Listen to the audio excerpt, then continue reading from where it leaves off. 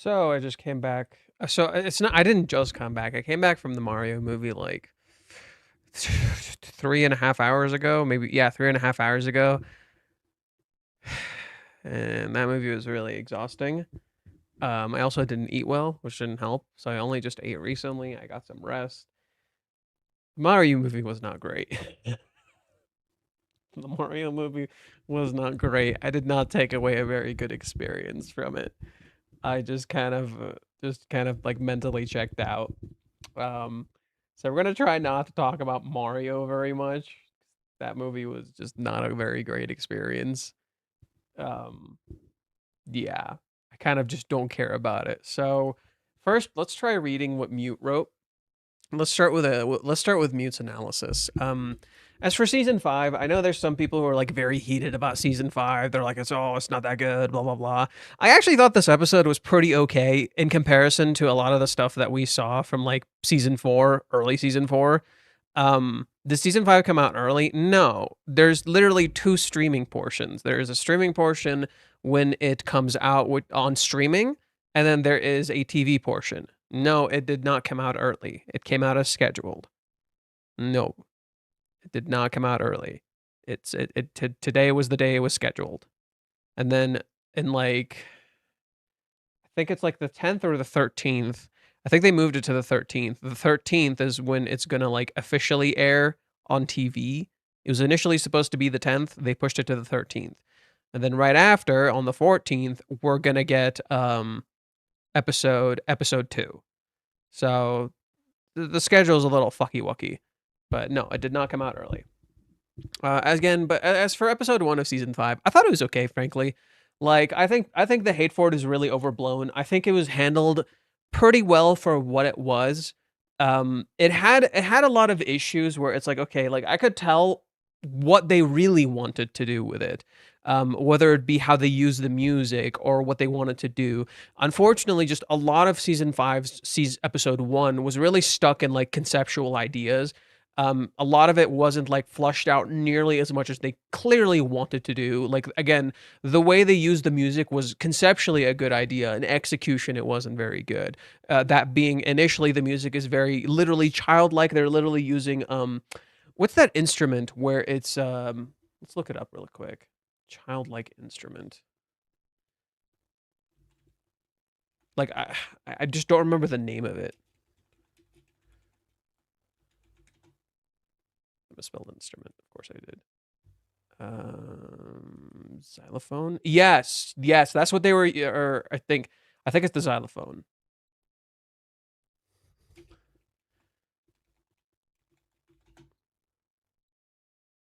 Yeah. Okay. So they were literally using a xylophone, in the very beginning portion when they were doing, when they were showing mommy as a kid to a high schooler. So they literally used a xylophone. Pretty cool idea. I thought that was a pretty conceptual idea. Said back 2 to 3 hours, 5 hours later. No, I came back home, um, at 1 o'clock, which was 2 to 3 hours later, but I felt incredibly tired. Like I felt like garbage, so I just couldn't.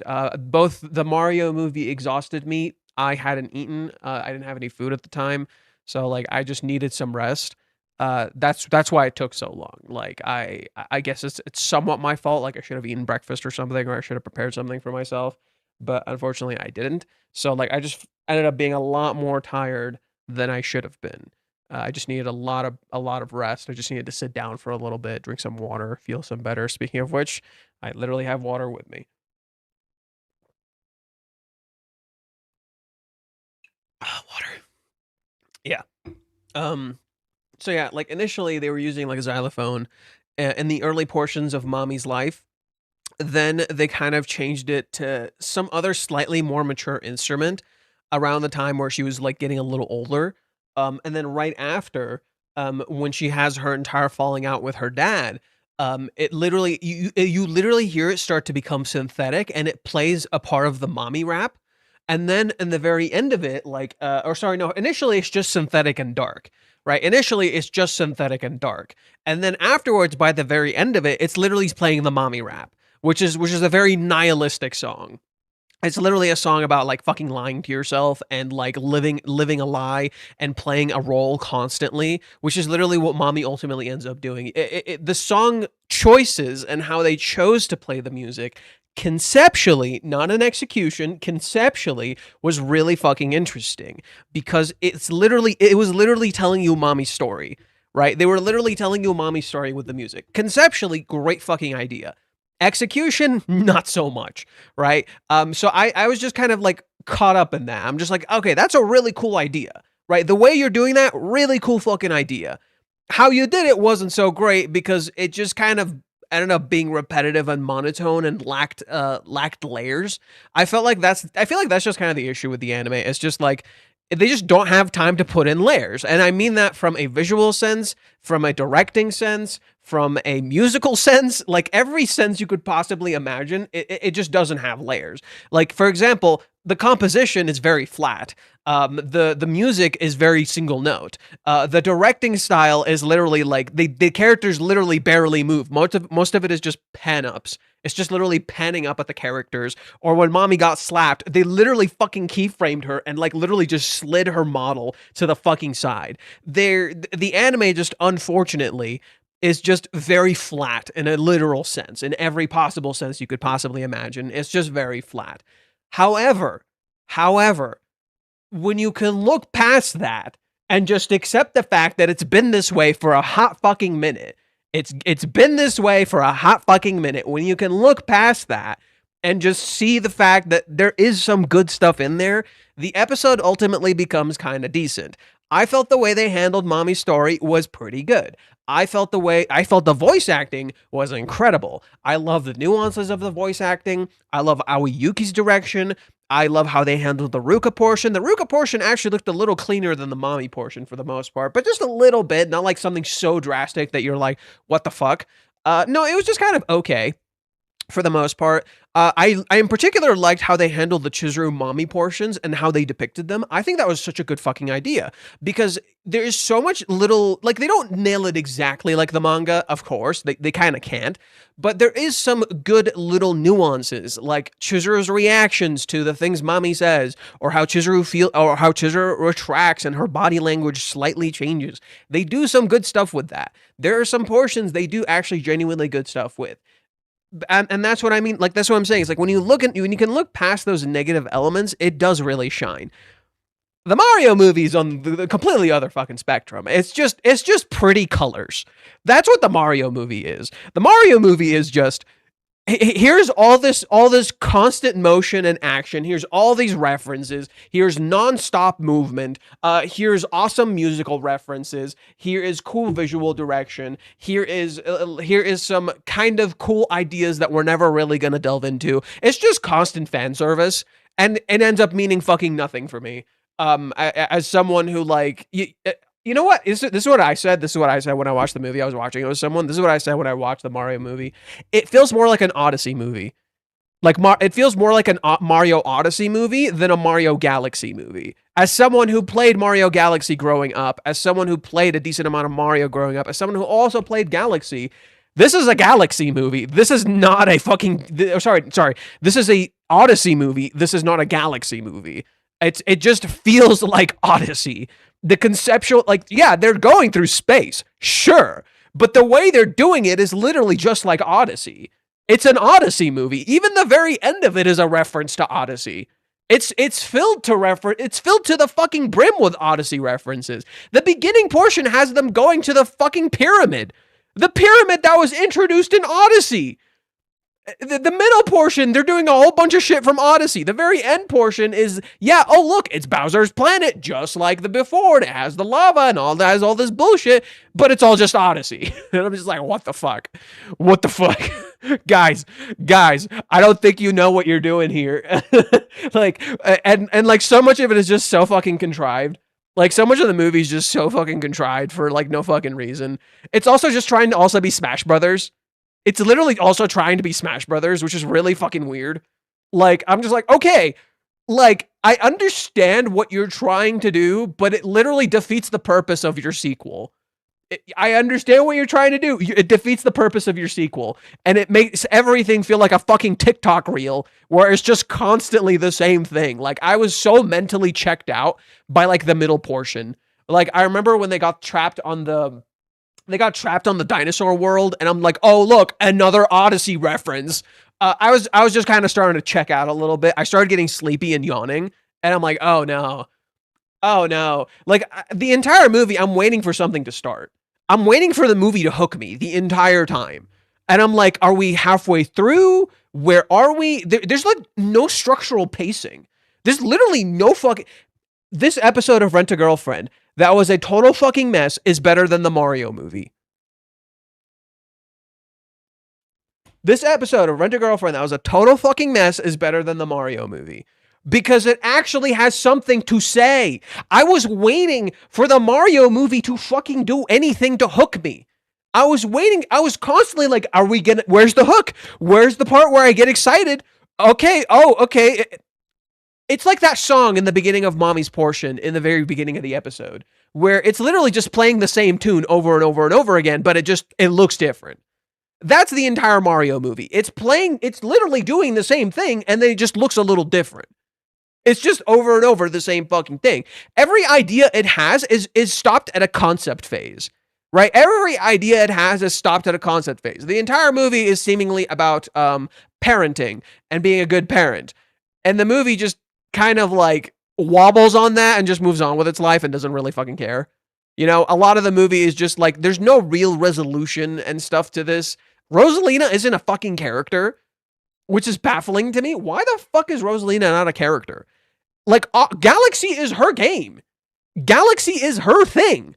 She's not even a character in her own movie. The marketing for Galaxy was her. She's not even her own fucking character. Now, one criticism I heard that was really weird is that Star Fox, like Fox McCloud, he's the main character of this movie, which I don't get. I can see why they would think this, because he's literally the coolest character in the movie. He's literally the coolest character in the movie by like a country mile. He's so fucking cool. And I can see why they think this, because everybody else feels so bland, right? Except for Yoshi. Yoshi is great. Everybody else, though, kind of just feels really like cool, whatever.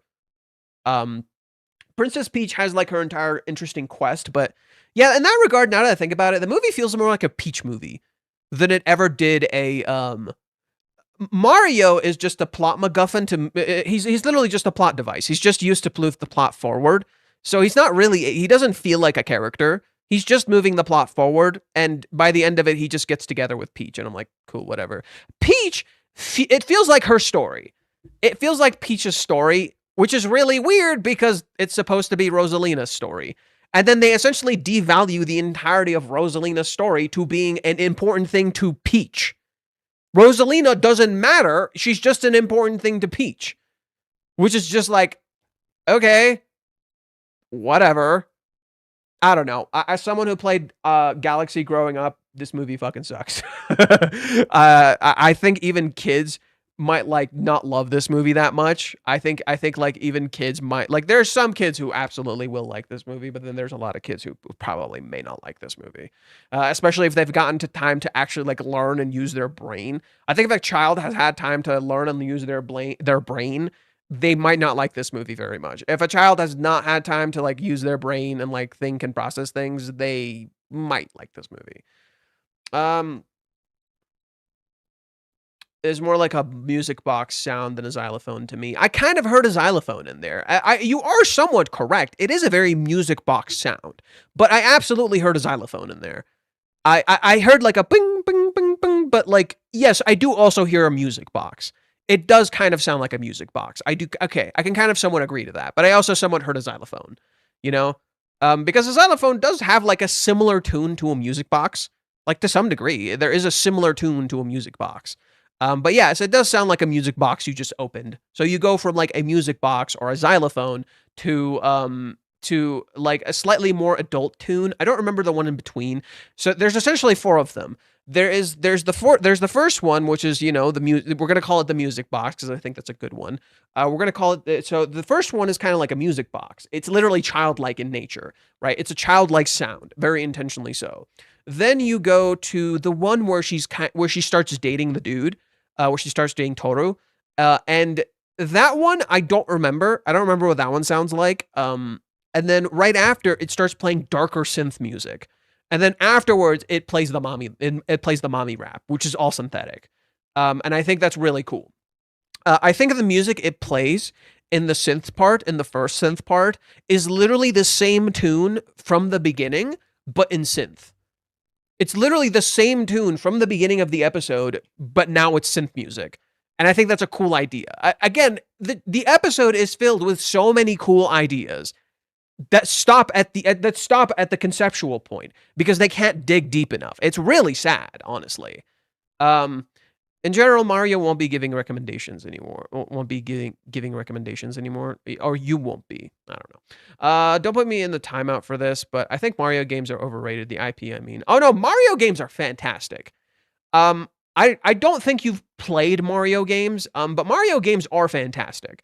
They're genuinely some of the best platformers out there. Mario games are amazing. If you're talking about story, yeah, a lot of them have like stories that fall pretty fucking flat. It's fucking Mario. I think that's why I was kind of disappointed with Galaxy the movie, is because Mario Galaxy is one of the few that actually has an interesting story. Like, genuinely. Yes, it has you dealing with Bowser and all that extra bullshit. I only said music box because it fits for a children's toy.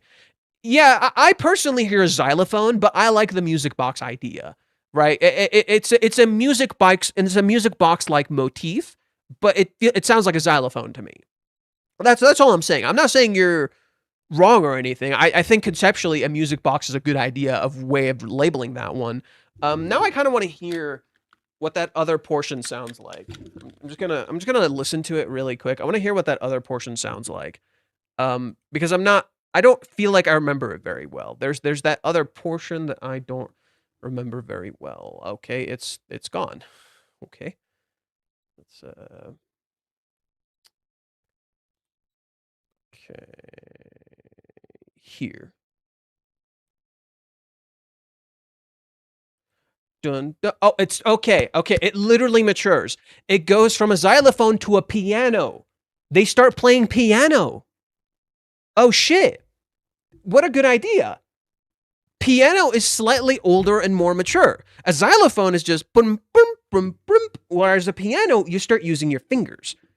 And piano is generally viewed like for those who don't know anything about music, piano is generally how you start music. Generally, it's like if you're trying to like learn music, you learn piano because piano can literally branch out to everything.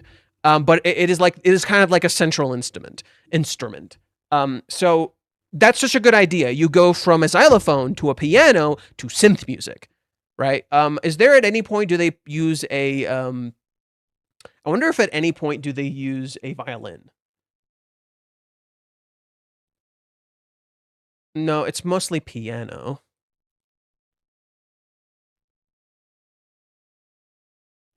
There's still a bit of a xylophone sound in there. So it shows that she's maturing. So it's playing piano, but there's a xylophone in there. So you can literally hear it. So she's maturing, but she's still a kid. Their innocence is still present in the music. That's really cool.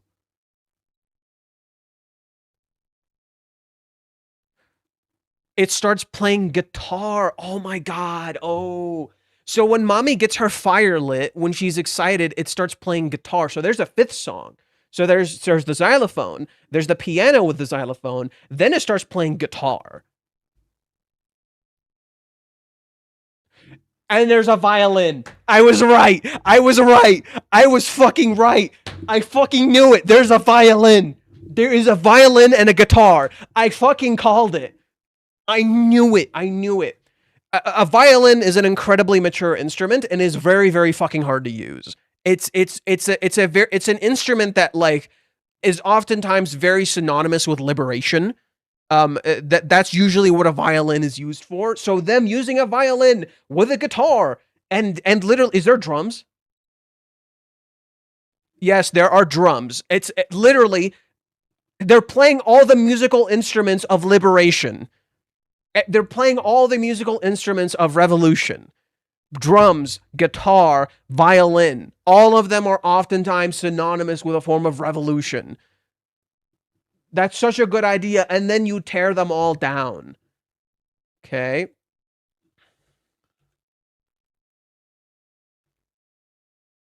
When her dad's yelling at her, there's no music. When her dad's yelling at her, there's no music. And then now you start playing it in the minor notes. So then they start doing minor notes, and it starts being all synthetic. Yeah, all the music now is purely synthetic. There's no like none of it is actual instruments. That's really cool. None of it is actual instruments. It's purely synthetic. Yeah, and it's a very low minor tone. So it literally it's like you're sinking. The music is literally making it feel like you're being dragged down. That's such a cool thing.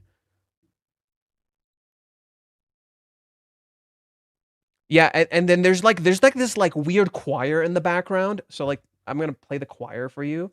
Listen to the listen. There's like a people singing kind of.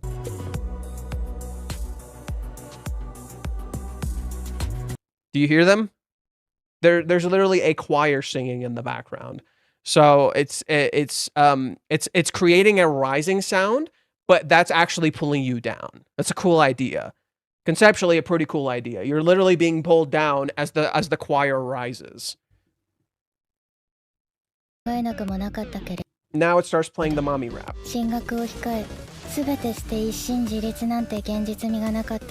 This is the mommy rap. So yeah, so we go from a xylophone to reflecting childlike innocence.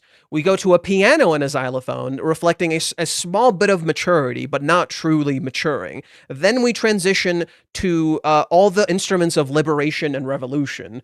You start having a guitar, a violin, and drums. And then finally, you go from these liberating, heightening sounds that like make you want to kind of jump up and light a flame under your ass to dark tones that are all synthetic with a choir that's creating this sound as if you're rising when in reality they're literally pulling you down, ultimately to finally all becoming the mommy rap, which incorporates pretty much which is pretty much using the same tones from her childhood but all playing it in synthetic music.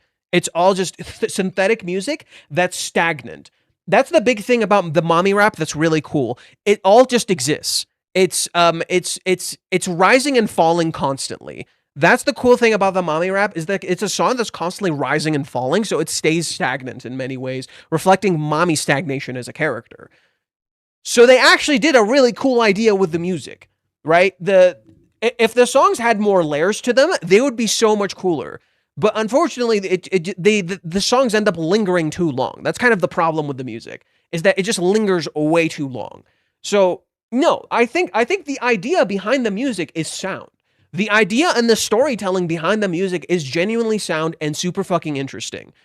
It just doesn't land very well because it stopped at the conceptual phase, because they clearly couldn't do more for it. You've seen the newest episode of Invincible. I started the newest episode of Invincible. I don't know how to feel about Thrag. The way they're handling Thrag is a little weird. I'm kind of not a huge fan of his voice. It's not like a bad voice, but like I don't know. I've always imagined Thrag having so much more power, not just on a visual spectrum, but his voice. Like the dude literally kind of embodies like a clean cut perfection, and it's kind of unnerving how he acts. Thrag should be a lot more intimidating. And I'm just not a big fan of how he's being portrayed. Even visually speaking, if you look at the comics, Thrag is so fucking crazy looking. Like, what is this man? He's literally built different. The man is literally built different. But I don't really feel that when I look at him. When I look at him in the animation, He's still good. Don't get me wrong. I think the way they use the framing is very effective, but his model doesn't feel as intimidating. His just the way he's modeled doesn't feel as intimidating. Like when I look at him, I'm just like, oh, he's just a really good looking. He's just like a really strong Viltrumite. Whereas in the comic, he literally looks different from other Viltrumites. Something about this dude is built different. Like this dude is like the Superman of Viltrumites, right? If they're normal Viltrumites, he's their Superman, which is fucking insane to have a Superman Viltrumite. You know, like that's kind of wild. So that's kind of what I don't feel when I look at Thrag. That's just the only issue I had. I only started. I saw his speech in the intro. Like the voice for the dude who plays the leader of the coalitions, who usually plays like Optimus Prime, in like Transformers. His voice sounds better than Thrag's, which kind of blows. I feel like Thrag should sound so much more intimidating. He just doesn't feel very intimidating. But that's just my opinion.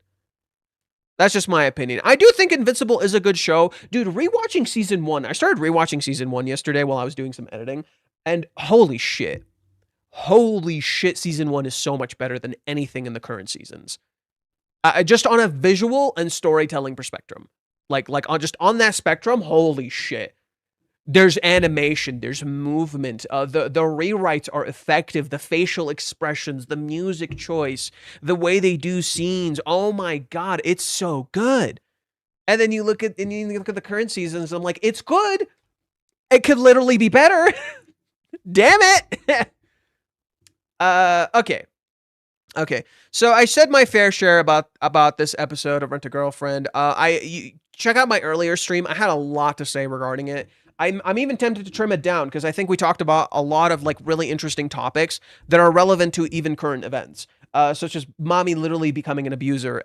In particular, this element of autonomy seems incredibly relevant to the current events. I think Reiji is very much talking about autonomy in relationships, specifically because if you don't have autonomy over yourself, how can you have love?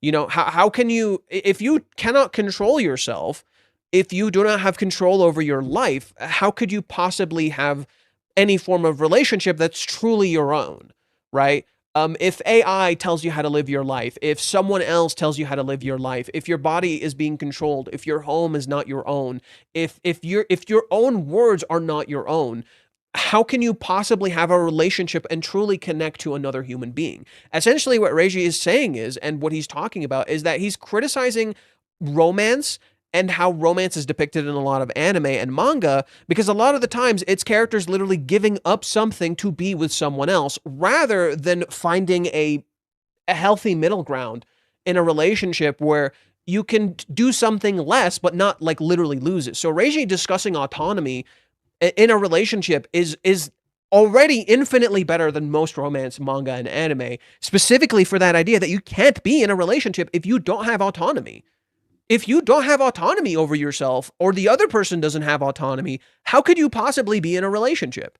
You know? And Chizuru as a character is literally kind of a leader in this sense. Chizuru is very much the leader in the relationships that she's in. She's someone who was raised and learned how to lead. And basically, because Chizuru's leading is constantly questioned, she literally doesn't know how to lead and help people anymore because she's constantly doubting herself. She's kind of been put in a position where she thinks she's the bad guy, where in reality, she's not the bad guy. If anything, she's the good person who could actually save everybody. If she is helped through the idea that she's not the one making the mistake, right? If she just is able to let go of her guilt, I think Chizuru can pretty much save everybody in a sense. She can even help mommy. But mommy literally robs her of autonomy as she was robbed of autonomy. Mommy controls other people because she has no control over her life, right? The control she inflicts on other people, the robbing of autonomy she inflicts on other people is literally the thing she personally desires in herself. And that is such a tragic thing, to become the very thing you despise because you have no control over your life and you don't know how to control your life. That is the tragedy of mommy's character. That she desperately wants freedom, and because she can't have it, she robs other people of freedom. And a part of her has to come to terms with that she's done this for so long. I even wrote something about this. I said Chizuru is not a follower, she is a leader. Mami leads Chizuru around during this episode and for much of Hawaiians, but Chizuru knows that what Mami is doing is wrong and eventually fights back, gets the courage to fight back, gets the will to fight back. Everyone can learn to lead their own lives, including Mami, who does not lead herself but always tries to make others live the lives she thinks is correct, because she believes she cannot do that for her own life. In many ways, that is very much connected to Kazuya right now. He is not really living his own life. He is, his life is very, very much being dictated by everyone around him. What's fascinating about the movies that are picked in 420 is that there's a lot to them. But let me read some of the comments first. So let me read some of the comments. I couldn't get into Invincible at all. I watched the first episode and didn't care to continue. Did you watch the whole first episode, or did you just like start watching the first episode? Because Invincible literally does a bait and switch. So did you watch the whole first episode of Invincible, or did you just watch like a part of the first episode? Because you should watch everything past the credits and then decide if Invincible is for you or not. Because you have to see the bait and switch. I watched the whole thing. Okay, in that case, then sure, that's fine. Yeah, in that case, sure, all yours, buddy. Yeah, if you watch the bait and switch and you still didn't like it, it's probably not for you, and that's perfectly fine. Can you predict the next episode? The next chapter or the next episode? Do you mean the next chapter or the next episode? If it's the next episode, I bet they're going to adapt chapter 218, 219, 220, and let me see where 20 or 21 stops before I make any final predictions. I'm assuming they're going to adapt maybe 4 chapters. But let me double check. So 220 stops at Mommy dropping the phone. This feels like the perfect spot to stop. This literally feels like the perfect spot to stop. If we're talking about the anime. However, let's see what 221 has in store for us. Oh, okay, maybe this is actually a better spot. Mommy betrays Kazuya. This might actually, never mind. I think 221 is a good spot to stop. Never mind. In particular because it's initially framed as an accident. But Nagomi seeing it and everyone, okay, so I think it's 221. I'm gonna be real, I think they're gonna stop at 221. That seems like a decent spot to stop. In particular, this is soul-crushing for Kazuya. I think if they stop at 221, it's such a perfect spot to stop because 218 just wrecks the poor man. 219 is literally him like coming to terms with the fact that this is going to all be over. 220, Mommy just like absolutely fucking betrays him. And he doesn't think, he doesn't know. Like he didn't know what was going to happen. And then 221 just nails that in even more. So I think 221 was a solid point. Your prediction for episode 1 was on point. Thank you. Yeah. Now I kind of just pieced together. I'm like how they're gonna fucking do it, and I remember when we watched the final episode of season 4. I literally said they're not going to adapt chapter 218 in the first episode. It's going to be the second episode. They're not going to do it in the first episode because the first episode has to be all about Mommy and the chapters they skipped over with Ruka. It just makes too much sense. But this is a great point because literally the end of chapter 221 is literally Kazuya falling, right? Kazuya literally falls over. How fitting because chapter 218 is literally Kazuya's entire world flipping over and everything he thought flips over. So Mommy does that here literally. At first, it's Kazuya's emotional state. He's not okay. She hurt him, and he thought Chizuru hurt him, and then Mommy literally hurts him, right? Mommy here opens up the wound again, right? It's a direct callback to the very beginning of the series, where in the very beginning of the series, Mommy just makes him feel as she felt, and yet again, she does that here.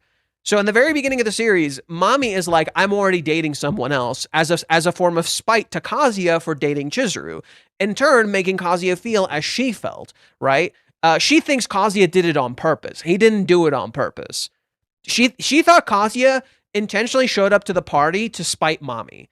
right? A part of her was probably thinking that he's doing it on purpose, so I'm going to get back at him. So she makes him feel as she felt, not realizing she's just being a dick, right? And Kazuya still very much has feelings for her. Then here, she's making Kazuya feel as she felt again, but he didn't do anything to her. She's just doing it out of spite. Again, now it's like mommy's real colors are showing. Mommy's real colors are showing, right? That this is the real her, right? She's just doing this because she hates her own circumstances and she's venting it out at Kazuya. It was the same exact thing with the start of the series. It was mommy hating her circumstances and how Kazuya just got to move on when she fucking cared about him. And it's like, no, he didn't fucking move on. You treated him like trash in the fucking first place. You don't get to act like this. You don't get to be a fucking dick about it just because he doesn't do something you like.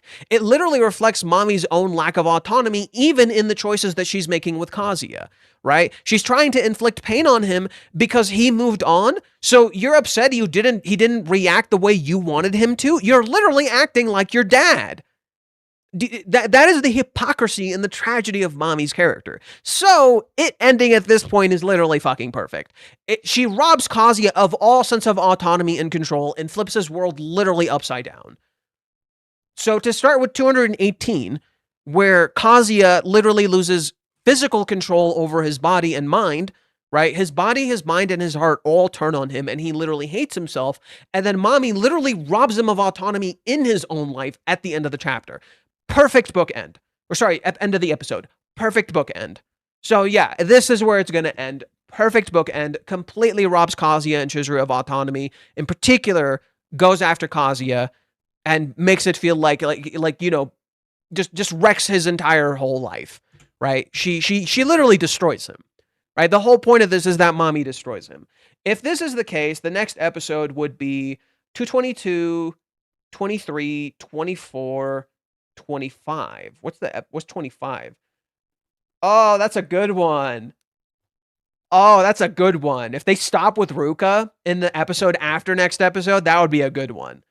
Right? Ruka turns on them. Then they would adapt 226, 227, 228, 229. 229 is when mommy comes up to confront Chizuru. Ooh. So that means it would be 230, 231, 232, 233. Oh, they're going to stop right when the 3-month time skip happens. Ooh, if they stick to this pacing, they're going to stop right where the 3-month time skip happens, which would be brutal. Brutal. Savage. Okay. I totally forgot mommy swore. Swore what? Let me correct what I said. We technically did get Kazuya in the beginning, but that was a recap. We technically didn't get any Kazuya till the end, which is interesting. Oh yeah, Kazuya is literally not in this chapter because he doesn't matter. Kazuya is literally not in this chapter because he doesn't matter. That is thematically the point. That is literally thematically the point, is that Kazuya, the whole point of this arc, which is what they do with it is a fantastic idea, is that Kazuya's existence after he is rejected does not matter. So the first episode of season 5, literally treating him like he doesn't matter, like he doesn't show up, is such a good idea. Is such a good fucking idea that he does not show up. That because he doesn't matter. And then when you finally see him again, he is literally being erased. How are they going to animate 218 in your opinion? So my belief, and I hope they do this, I hope they animate it similar to how they animated episode 1, which is pretty much like barely visible. Like pretty much their bodies are just kind of like silhouettes. But you see their faces. I kind of hope that's maybe how they do it. I don't know if they can, like they have to take some liberties. They can't just animate it as it is. They have to take some liberties. They literally cannot put that on TV. They have to take some sort of liberties to animate it in a certain way. So they have to, okay, Wiz, do not piss me off some more. I'm already tired of your shit, bro. Like one more thing, and I'm gonna fucking like temporarily ban your ass, dude. I'm not fucking hesitating. You've been getting on my nerves, dude. You have been getting on my nerves. You've been warned. No, I think they have to take some sort of liberties. Like they can't just play it straight. I don't think they can just play it straight. They there's some parts of it they can play straight, but we already saw them take some liberties, you know, with the kiss thing in the very beginning. From like the very beginning of chapter 218, they already took some liberties, but they're intentionally not showing chapter 218 in the teasers, which I think is intentional.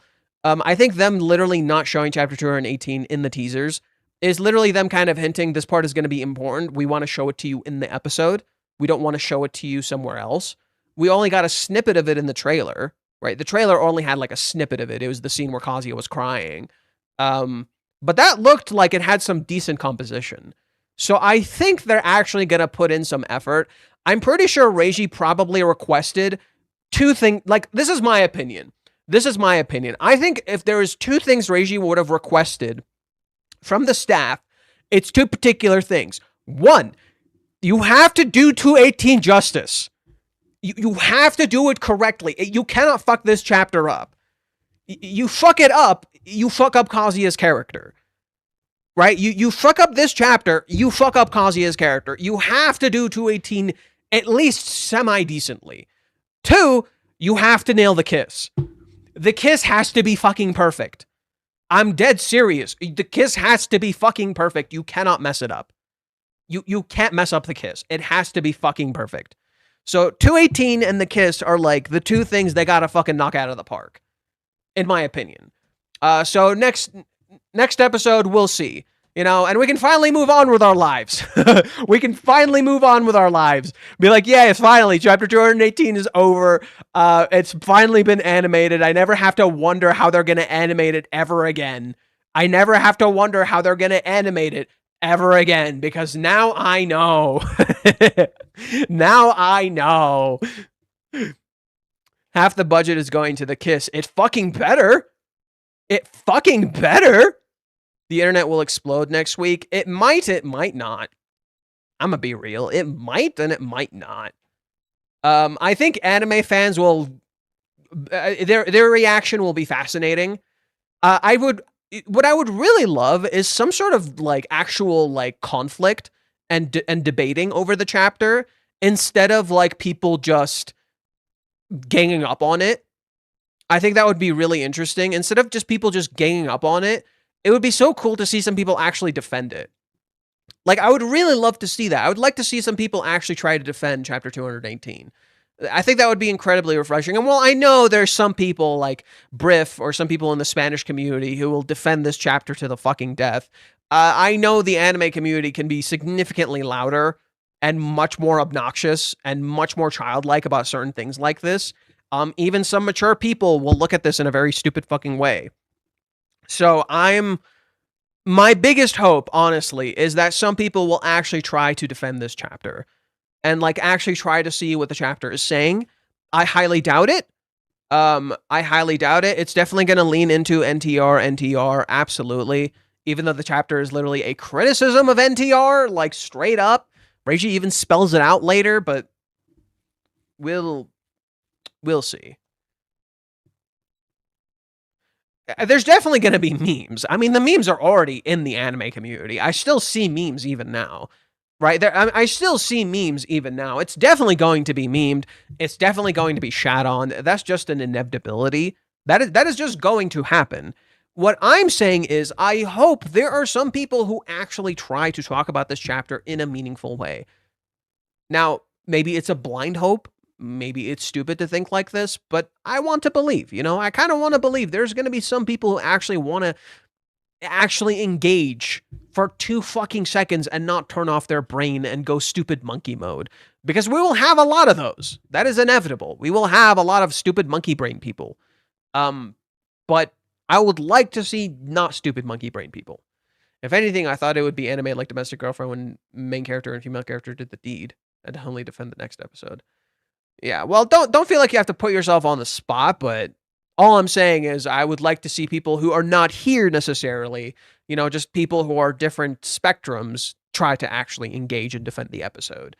But it's gonna be a big deal. It probably is. Like, knowing the anime community, it probably fucking is. And knowing their fucking literacy skills are in the goddamn gutter, that's probably not gonna change anything. What if the next chapter, Sumi betrays Kazuya by confessing, thus leading the dark spiraling like Hawaiians when the mommy drop betrayal? I mean, there is this element of like spiraling, like Sumi clearly spirals here. The teaser for next time is more than that person, so it's striking some sort of comparison. The only comparison I can think of is Sumi comparing herself to Chizuru, and that she might feel more for Kazuya than Chizuru. Or maybe she's saying Chizuru feels more than someone else. Maybe Kazuya says like, oh, I don't have as much charisma as like Umi. And Sumi will be like, no, you have a lot of charisma. Or maybe Kazuya says, Chizuru doesn't like me that much, and Sumi might try to defend that. I don't know. I really don't know. We just know there's some sort of comparison. That comparison could literally be anything. It's not something we can just immediately piece together. Like last chapter, the Peach Blossom Spring and the element of the Utopia could give us an idea of what to piece together. Maybe there's some hint in this chapter. Maybe there is some hint in this chapter of a comparison being struck here, right? The immediate comparison I see is Sumi and Chizuru. Right, that's the immediate comparison I see. Sumi and Chizuru. But I don't know. Let's see. It's funny how Kazuya creates a whole emotional drama in his mind, even imagining Chizuru with two men, the first delusional fantasy, or like that in 218. Lol. You're missing the point. You're missing the point. If you think Kazuya is just creating a emotional drama in his head in 218, you are missing the point. The point has flown completely over your head. You have missed the point. That is not what Kazuya is doing. That is his mind turning on him. That is his head literally turning on him and validating his deepest fears. He's not just creating emotional drama. This is a valid fear. You love this person very deeply and they just rejected you. Of course, one of your deepest fears is imagining her with someone more attractive. I mean, that's Kazuya's biggest thing, is that he's afraid that, like, just because he is not attractive or conventionally good, then he's never going to be good enough. And then suddenly, when he's rejected, all of those fears are made manifest. Of course he's going to imagine that. Of course his mind is going to turn on him. It's literally twisting up the fantasy-like element of Kazuya's character and turning it into something demented. That is the point. Kazuya is a dreamer. He fantasizes. That is his thing. And his mind literally takes this thing that he does, even the jokes, and turns it into something awful. It is intentional. Kazuya is not in control of his mind when it is doing these things. His body is literally turning on him. He's being robbed of autonomy. He's literally not in control. That is why he gets a boner. That's a funny scene. That's a memeable scene, but you're literally laughing at someone who can't control his own body and feels horrible for it. That's why I'll never laugh at the boner meme scenes. That's why I never find that entertaining, because they're literally laughing at someone who's a victim. You're literally making fun of a victim. That's why I'll literally never laugh at those memes. I don't find them entertaining. I find them really gross, because you are laughing at someone who's suffering. Just because that suffering looks funny to you, you're laughing. There is comedy to be had in those. In particular, the thing I always laugh at is that Umi has a fucking beret the entire fucking delusion. That shit's funny. That's literally part of Kazuya's character. That's literally Kazuya's internal comedy coming into play.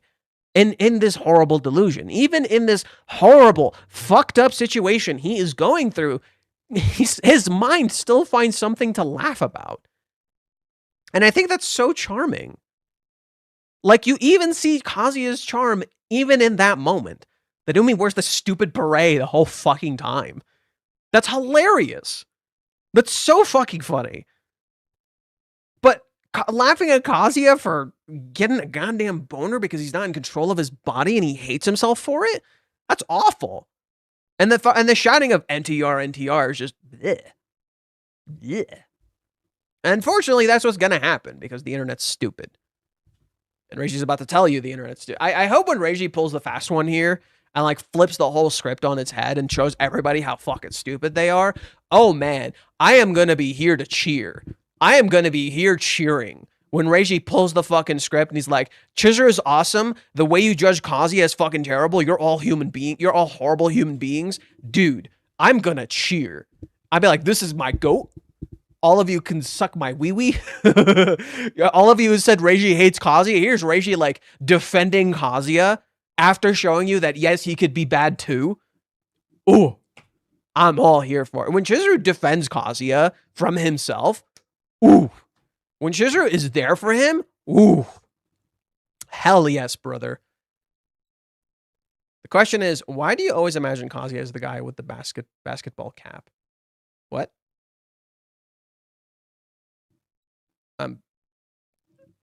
Huh? I don't understand that.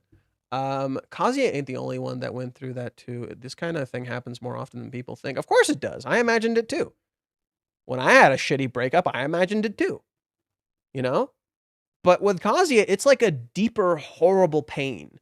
Because it's not simply just imagining it like with Mommy. You know, even with Mommy, it was different. It was literally him not having control of himself. And he hates it. That's a horrible thing to go through. This idea that you're not in control of who you are. That you have no autonomy over your own body and feelings and reactions. That's a horrible thing to go through. The fact that he's going through it alone is even more horrible. No one understands. No one understands Kazuya, not even the readers. That's such a horrible thing to go through. No one gets what Kazuya is going through. Not his friends, not his family, not his supposed girlfriend, and not even the readers. No one gets it. That's horrible. To feel so unbelievably alone in your emotions. Why do you fucking think he relates to Minnie, who says love is lonely? Because Kazuya feels that way. It's not true, but Kazuya feels that way because he feels like no one gets him. And everyone shits on him constantly, so that's literally validated to him. I wonder when Kazuya are going to do the deed. I have no clue. I'm not going to pretend like I know. Is Mommy's dad voiced by Jotaro? Huh. Let's check that out. After we check this one out, we'll go to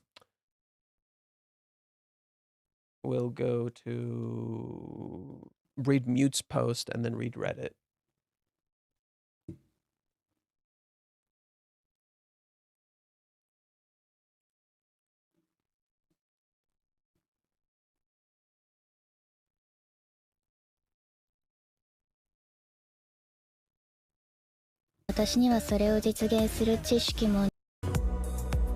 We only hear him talk like once. Just gotta make sure. Okay.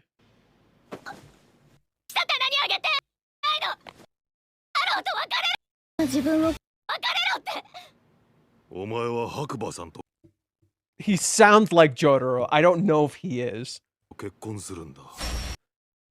I don't think that's Jotaro. He sounds like Jotaro. I don't think it's Jotaro. The way his voice moves doesn't sound quite like Jotaro. He has the depth. He has a depth in his voice, but I don't know if it's Jotaro.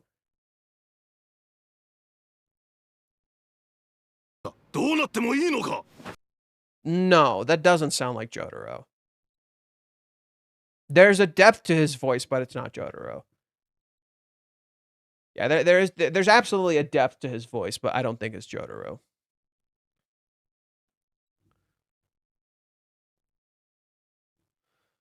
Okay, let's go to Mute.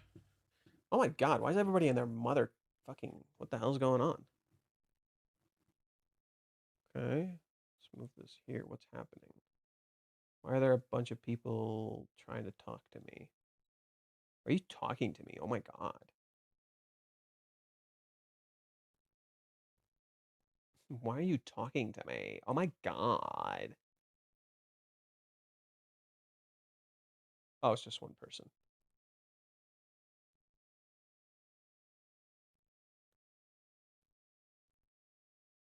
this? Translate.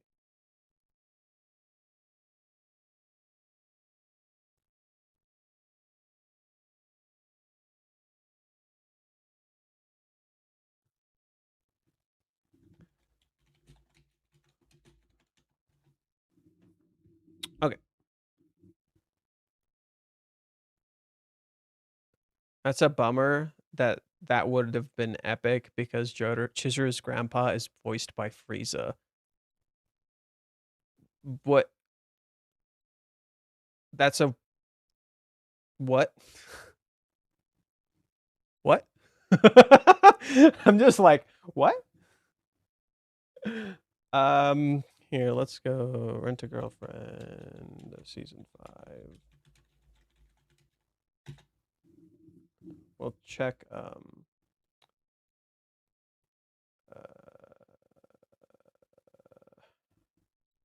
Anime News Network, I guess.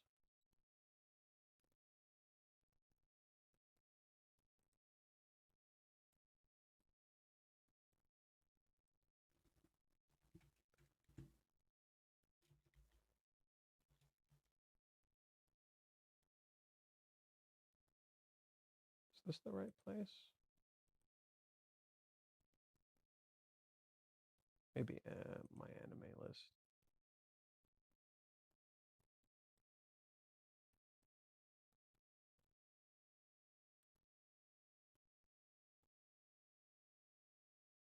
I don't see Mommy's Dad anywhere.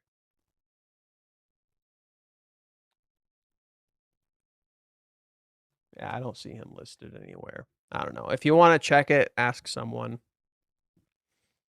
I don't know.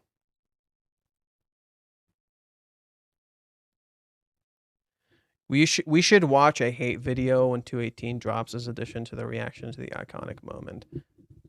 Eh, I'm not interested. I don't care. I'm not interested. This is my analysis and review of episode 420. The theme this time is which comes first, words or actions? I felt that the act of deciding to confess is more precious than using flowery words.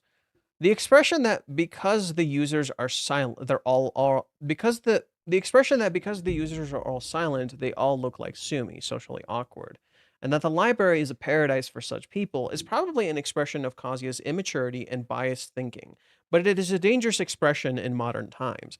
Kazuya's words, "I've hardly ever been here and I don't know how to spend my time here," suggests that what is an everyday scene for most people feels like a different world for Kazuya. He's literally like a lot of modern Gen Z people. Like, bro, Gen Z does not go to the fucking library. That is not a thing. A lot of younger folks don't go to the library. They're just on their phone. So the library is a weird place for a lot of younger folks. This is very important. Right? Kazuya literally not knowing this is a big fucking deal. His attitude of only seeing the world he wants to see may be hindering his growth. Right? You need literally you need contrast and contradiction to the things that you know in order to actually grow. The consistency of he doesn't talk, but he's incredibly innocent is unclear. Does it mean that the act of silently thinking up words of confessions for Kazuya is what makes her innocent? He's referring to Sumi. If Mizu, I think no, I think Kazuya was what Kazuya was saying is that Sumi doesn't talk, but she's putting in a genuine effort, reflecting her innocence and purity. If Mizuhara likes movies and plays, quoting a movie's line would give him away immediately. Rather than confessing with famous lines, I think it would resonate more with Chizuru if he confessed with words that only Kazuya could say, even if his vocabulary is limited. The Romeo and Juliet starring Leonardo DiCaprio was made in 1996. Since the story is set in modern times, Romeo is wearing an aloha shirt. However, Kazuya's costume in the first panel is from the 1968 production. This shows that Kazuya's knowledge of movies is inconsistent, as evidenced by his vague understanding of these details. Really? I've actually never seen the DiCaprio Romeo and Juliet one. But no, there's a part where they dress in a play. No, there's a part where they dress in a play. I think he's misremembering things, funny enough. Because there's literally a part where they dress in a play. And Romeo and Juliet look exactly like that. So, no, I think he's actually misremembering stuff. Kazuya still puts himself down by comparing himself to Umi, and he uses the excuse that he can't confess his feelings because he's not a good-looking guy, and he doesn't have the same looks or status as Umi. The first panel shows Sumi's handwritten notes and Kazuya's smartphone screen after asking the AI a question, which illustrates the difference in their feelings. The handwritten note is inefficient, but it shows sincerity. The digital screen of a smartphone can be erased in an instant. It's efficient, but the content is superficial. Huh. That's a cool comparison. That's a pretty cool comparison. I like that. Miyuta's been catching some pretty interesting shit regarding the chapters. And in particular the contrast between analog and digital. That contrast, Miyuta's been on that shit. How are you doing? I'm good. Hello, new person. Brooke. Hello, Brooke. Welcome. Let's see. I'm doing good. How are you? Kazuya mistakenly believes that Sumi's affection is only because she is his rental girlfriend, and doing it as a part of her job. This is both an escape from the guilt of making Sumi do embarrassing things and an assumption that she doesn't have feelings for him. Yes, but Sumi also hides this shit regularly. So, there you go. You play any games? I play Kingdom Hearts, and I play Resident Evil. That's... You know what? It's fine. It's fine. Don't worry about it. Most of these are clippings of movie lines, but movies resonate because of the struggle. Okay, let's continue here. I don't play Call of Duty, no. I'm going to just focus on this. I'm sorry, Brooke. Welcome. Feel free to talk, but I'm just going to focus on this for now. Kazuya mistakenly believes that Sumi's affection is only because she is his rental girlfriend and is doing it as a part of her job. This is both an escape from the guilt of making Sumi do embarrassing things and an assumption that she doesn't have feelings for him. Yes, but Sumi doesn't show her feelings, and you can't really assume Kazuya could know that. However, Kazuya is doing what you're saying too. It's a double meaning. What you're saying is true and something else is also true. Most of these are clippings of movie lines, but movies resonate because of the struggles, lives, and emotions that lead up to those lines. Simply quoting famous lines make them shallow. If someone suddenly said, "My love is deeper than the ocean," you'd just be confused. Kazuya has built various relationships with Chizuru up until now. I think he's already said some memorable lines when carrying Chizuru on his back in episode 383, so it's just quoting lines from the movie won't evoke the same emotion. But that's the thing. We said this before. Almost every single movie that Kazuya references actually has a thematic element that's really important here. So like some people will look at these in like Wiz, where he's look at them at very negative ways, where for instance, oh, because they quoted La La Land and there's a clear similarity here, this must be exactly like it. Except Chizuru isn't like Emma Stone's character. Chizuru actively pursues her career. She just doubts herself, right? Emma Stone actually did not pursue her career, and they had a moment that was similar where, you know, she chickened out and he got her to do the thing, and he showed up at her house and she's like, "How'd you find me?" There is a similar scene to that. Technically, the thing that the breakup they seemingly experience, Kazuya and Chizuru have already been through that. That's what you don't realize. Every single quote that Kazuya says, Kazuya and Chizuru have already experienced something akin to that. What you don't realize is that all of those quotes are actually everything that's already happened, not what's going to happen next. And the last one being La La Land, in particular, is a reference to Kazuya literally living in La La Land, literally living in an illusion. And in the very end of La La Land, they literally have a separation. Except Emma Stone's character says, "I'm always going to love you." In reality, it was Kazuya's character who said that, right? Kazuya is the one who said to Chizuru, "I'm always going to love you." So what's interesting about all the movie references is each one of them connects to a certain thing the characters have already experienced, not something that necessarily they're going to experience. And Reiji isn't saying they're going to split up, and not all of the movies are split up movies. For instance, Titanic, they didn't split up. One of them fucking died, and she kept loving him even after getting married to someone else, right? Like DiCaprio's character meant the world to her. Romeo and Juliet, it's a tragedy. Absolutely. It's a tragedy of misunderstandings, which aligns perfectly with Kazuya and Chizuru's characters. But that element of like contrast is very central here. We got to check the other films, but I already started noticing certain things like one of the things that Kazuya says, like one of the lines that Kazuya says, Chizuru literally said it. So here, let me find it. In my heart, you're the only, where is it? Right here. Winning that ticket was the best thing that ever happened to me because it brought me to you. In chapter 370 something. It's 370 when they're doing the forest, when they're in the forest, Chizuru literally says this like last line in regards to rental. This line from Titanic directly mirrors their rental relationship. Because Kazuya choosing to rent Chizuru and Chizuru choosing to do rental brought them to each other. Chizuru literally says this line to him. Also, if you're referring to Titanic, they were literally on a ferry and Chizuru fell in the water and he jumped in to save her. Right? They had their Titanic moment. So it's incredibly ironic that Kazuya is quoting Titanic when he literally already did a Titanic, right? But guess what? Neither of them died, right? When they had their own version of Titanic, neither of them died. They're both still here. Every single one of these, something bad happens and the characters are separated or one of them dies. What's interesting about this is that, remember how this all started? It's a reference to Steins Gate. A character dies in the very beginning of Steins Gate, and they have to reverse it somehow so the character does not die. Every single one of these ends in some sort of tragedy or separation. Literally, like Kazuya and Chizuru are separated right now because you're in the wrong timeline, right? A lot of these are directly like that, except what Reiji is showing us here is that this is not correct. This is not a tragedy. This story is not a tragedy. And we're meant to reverse that somehow. But we're currently going down the tragedy route. That is the problem.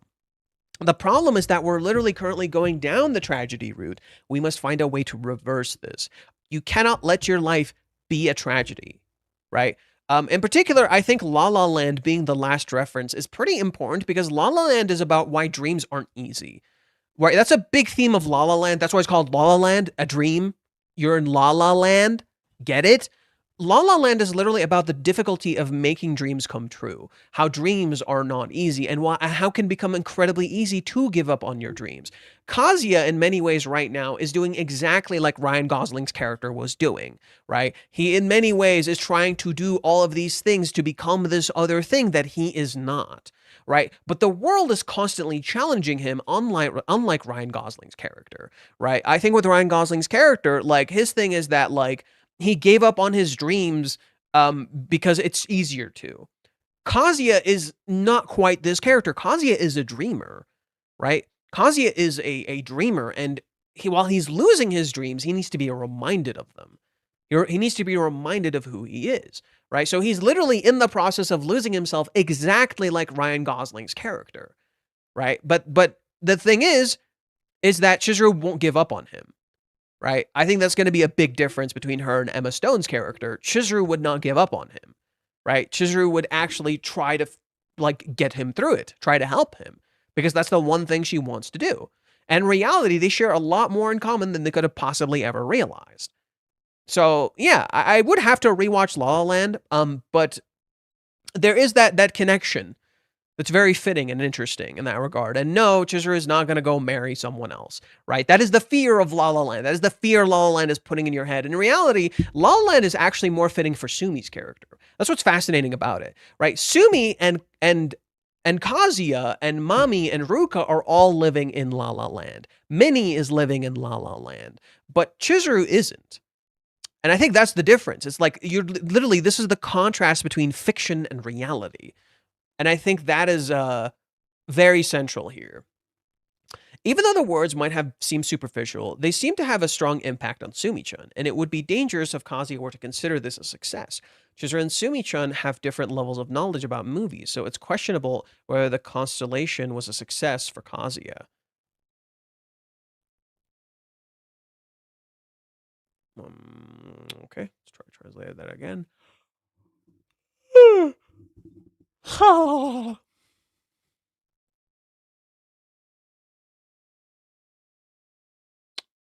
Are you gonna translate? What the fuck? Okay, next episode, More Than That Person. Who is that person? Based on the flow of events, it seems to be Chizuru, but neither Kazuya nor Sumi usually refer to him as that person.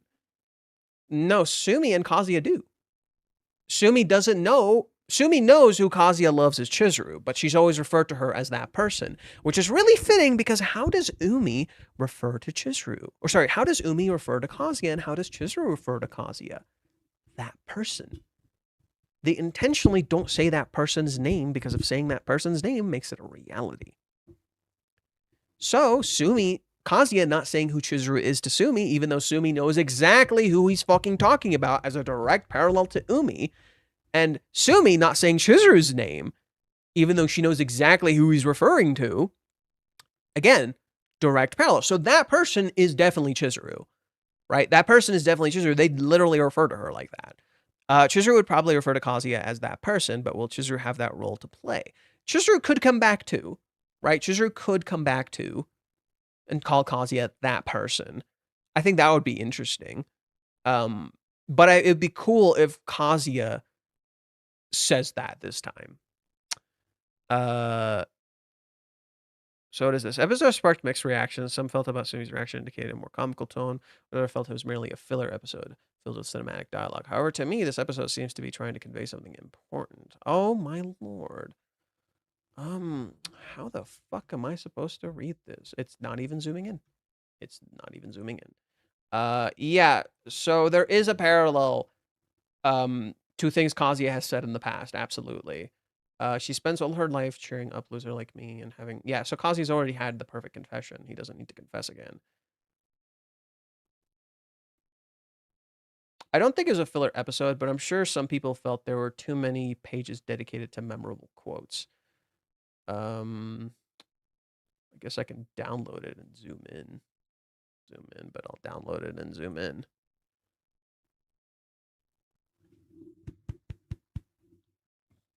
Whew. Okay. Let's see. While it is certainly not good to generalize about people, I would like Kazuya to understand that his conclusion about the library stuff are limited to those who are simply introverted or shy, and that they do not necessarily have communication problems. Regarding the consistency of Kazuya's views on Sumi, it seems that he is trying to convey the following. Even though she has difficulty communicating, she understands my problems and is trying to help me in some way. That shows her kindness. As you pointed out, simply repeating a line from a movie out of context does not make sense. In that scene where Kazuya utters those words, unless those viewers have seen the movie and understood why that line was said at the point, it will likely sound like empty or cliched words. Furthermore, I don't think it's a bad idea that all for Kazuya and Sumi to practice such confessions. This is because it helps Kazuya understand that there is no such thing as a perfect declaration of love, and he learns that it is always best to express honestly what person he loves means to him. Indeed, just as he did in 384 and 163, he was able to convey those right messages to Chizuru straightforward terms. Yes, but I don't think that's necessarily the actual solution. If anything, the solution itself becomes hollow because like they're not actually like working on real things. The person seems to be Kazuya, and it appears to be an expression of Chizuru's inner thoughts. At the time, there might be a scene change showing what Chizuru was up to.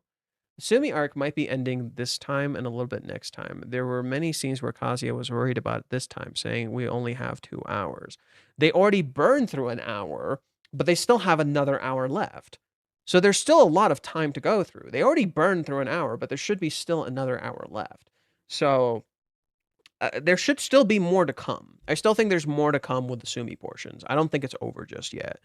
There should absolutely still be more to come when it comes to Sumi. As for the scene change, well, Chizuru refers to Kazuya as that person, so maybe Sumi could start speaking like Chizuru. That would be interesting because everybody's been mimicking Chizuru. Sumi literally starting to talk like Chizuru would be interesting, and speaking in her language, like I care more about this person than that person, or something like that. Or maybe Chizuru cares more about you than that person, in reference to Umi. Um, it'll be interesting. It'll be interesting. It's kind of hard to tell. Let's go to Reddit.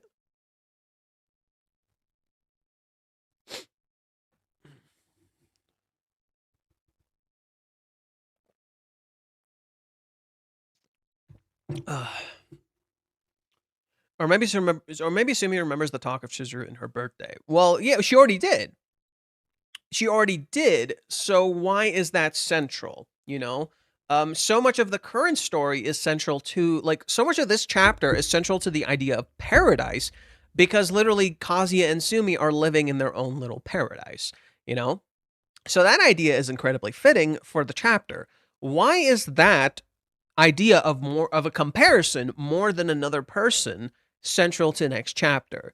When Kazuya in this chapter was saying that, oh, maybe it's like your words matter more than that other person who you perceive as better because it's coming from you. That's my guess. That's my guess. What time are we at? 1:21. There we go. That's my guess. That seems to be the central theme of this chapter. So that being a connecting dot to next chapter, there we go. That is my guess. That is my guess. Yeah, anime versus manga. Where's the serious discussion? Where's the serious discussion? 420. Every movie mentioned in chapter 420. Okay. What do we got here? Yibisu Garden Palace. So, the place they're at is called Garden Palace. Peach Blossom Spring has peach gardens. That's an interesting. See, I was wondering what is the significance of this place, but that aligns well with the word of paradise. Okay, because this place looks like a paradise. Romeo and Juliet, Titanic, Runaway Bride,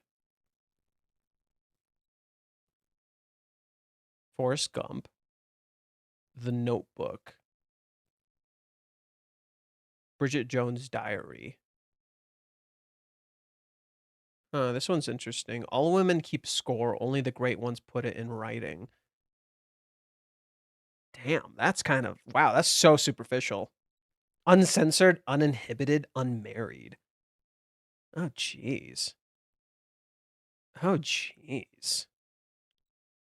When Harry Met Sally. As Good as It Gets. Is that fucking Jack Nicholson?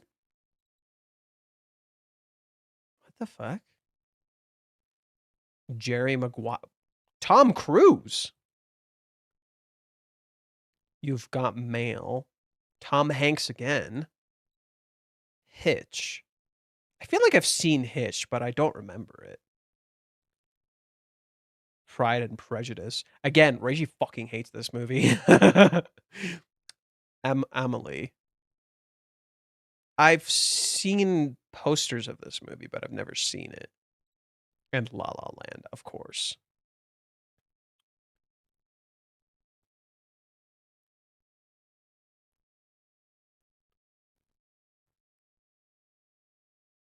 Two households, both alike in dignity, in fair Verona, where we lay our scenes. From ancient grudge break a new mutiny, where civil blood makes civil hands unclean. From froth the fatal loans of those two foes, a pair of star-crossed lovers take their life. A track from the Phantom of the Opera plays. This quote low-key gives me PTSD. I had to analyze the whole thing. Jesus.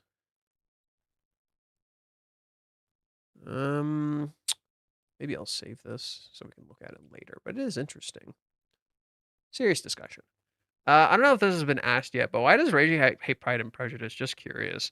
Oh, he just thought it was like really fucking cheap, and like nothing in it was earned. Like, because if you've seen Pride and Prejudice, it really is that. It's the love in the movie's really not earned. Like it just falls really flat and comes off as incredibly superficial. In fact, that seems to be a trend with some of these, except for like maybe Titanic and like La La Land. Like the movies essentially all varied in quality. Did you notice that? Every single movie varied very heavily in quality, where some were like very superficial films, and then some were like very emotional films, or at least look superficial, because I might not have seen them, you know? But I did find that really interesting. In some ways, Sumi's scene here parallels the recent one with Ruka and Mami. Sumi arguably making some kind of advances on Kazuya by asking him repeatedly say he loves her, even in purely play acting context. But her spin on the pattern is obviously much more innocent and lighthearted than the other variants.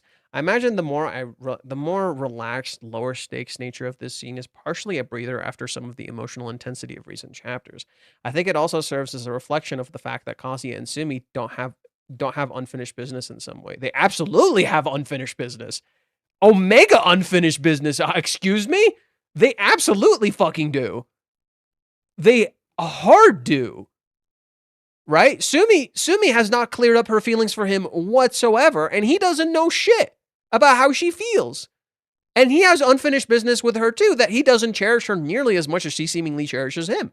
She gave him this gift. She did all this stuff for him. He never even contacts her. He doesn't even have her fucking known number. Of course they have unfinished business.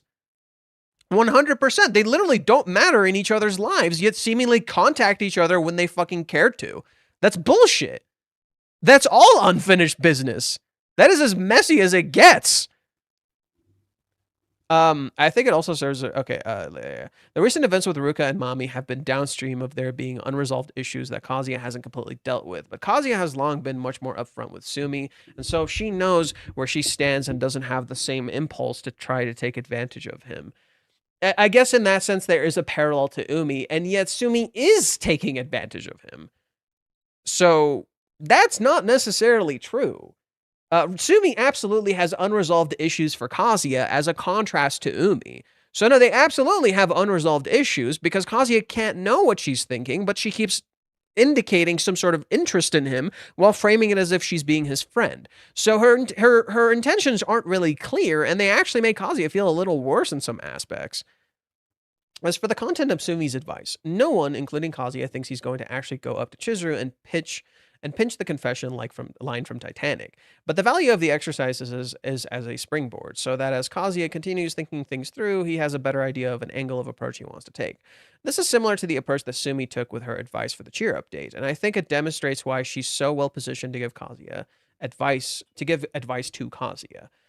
He's got good instincts, but he tends to overthink himself to destruction. So this very week when he goes, I could never get away from using that line on Chizuru, but maybe that guy she's already rejected could. Sumi gives him the reassurance in his general course that lets him overcome the self-doubt, but also the space to follow his instincts and come up with specifics himself. Except Kazuya's already confessed.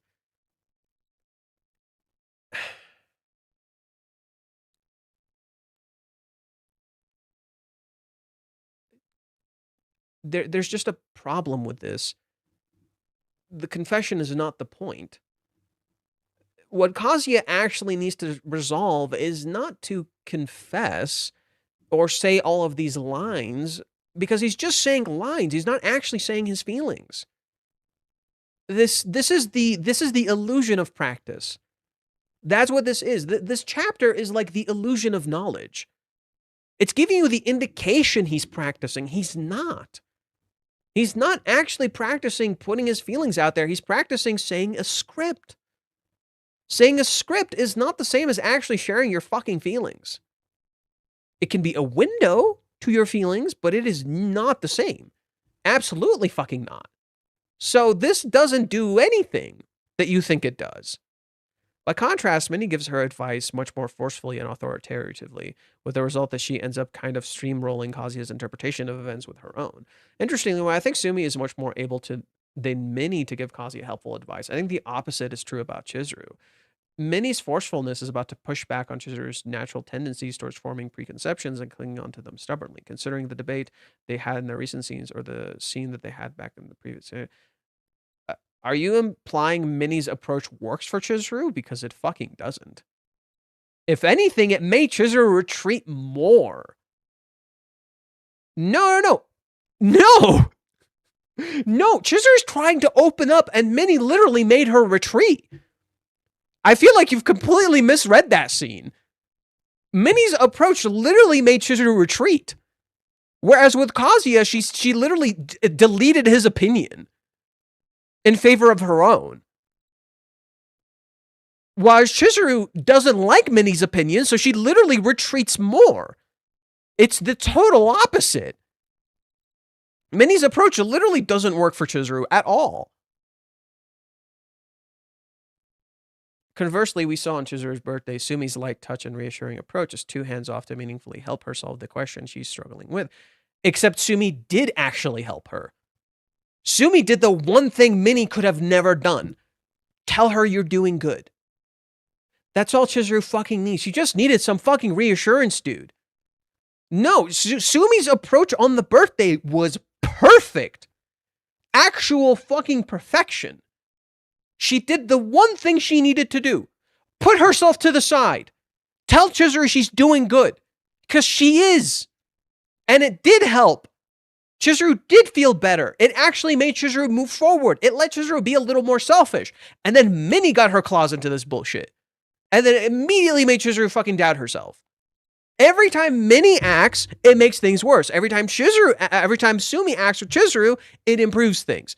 Because Sumi puts herself to the fucking side and actually believes in Chizuru as she needs to believe in herself. So, I don't agree with that. That's a nice catch about even Sumi crossing a line of sorts by getting Kazuya to confess repeatedly. I would say, though, that there's a lot of unfinished business on Sumi's end here. Kazuya has been completely unaware of the impact that he's had on Sumi, so the nosebleed might serve as a way to reshape the perception, open up a whole can of worms between them.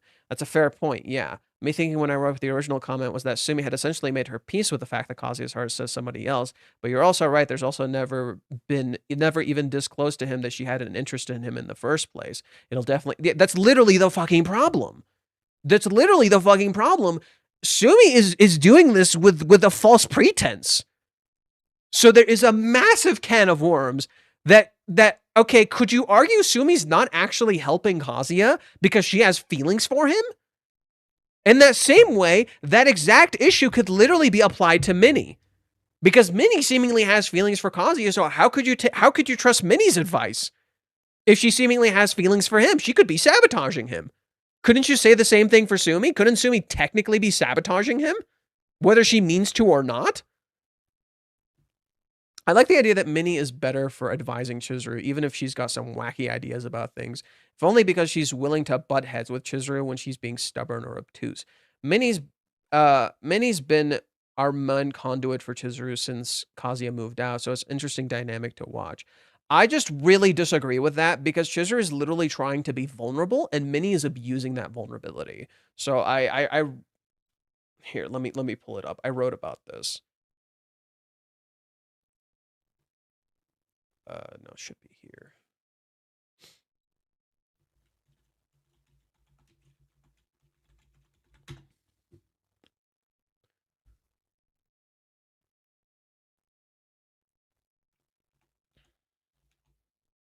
I think I misspelled vulnerability.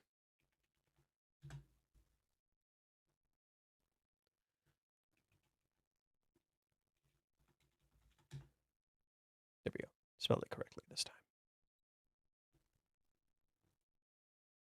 Okay.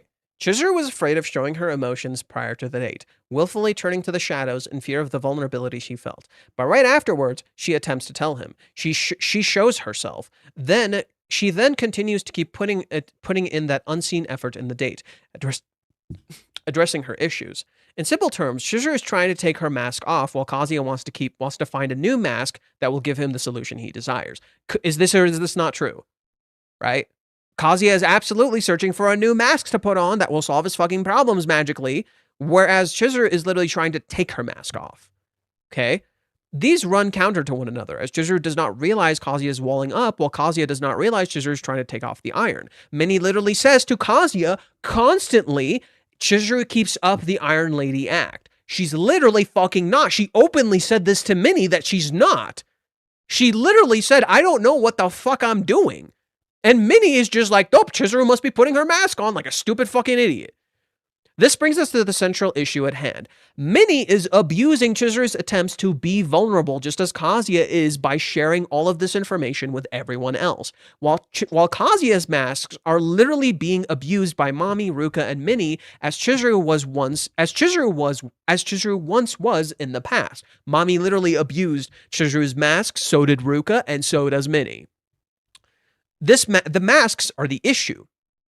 Them hurting each other and not being present in each other's lives is thematically fitting in that regard, as when we wear a mask, we aren't really there with the other person, are we? So when Chizuru is pushed and chooses to keep the mask on, she can't help or be there for Kazuya. When Kazuya keeps searching for new masks to present to Chizuru, he isn't there for her like he claims. His desires that he refuses to address are being taken advantage of, and all he seeks is solace that he'll never find, because literally his home is not a safe place anymore. He can't face the person that can give it to him. His home is literally not a safe place.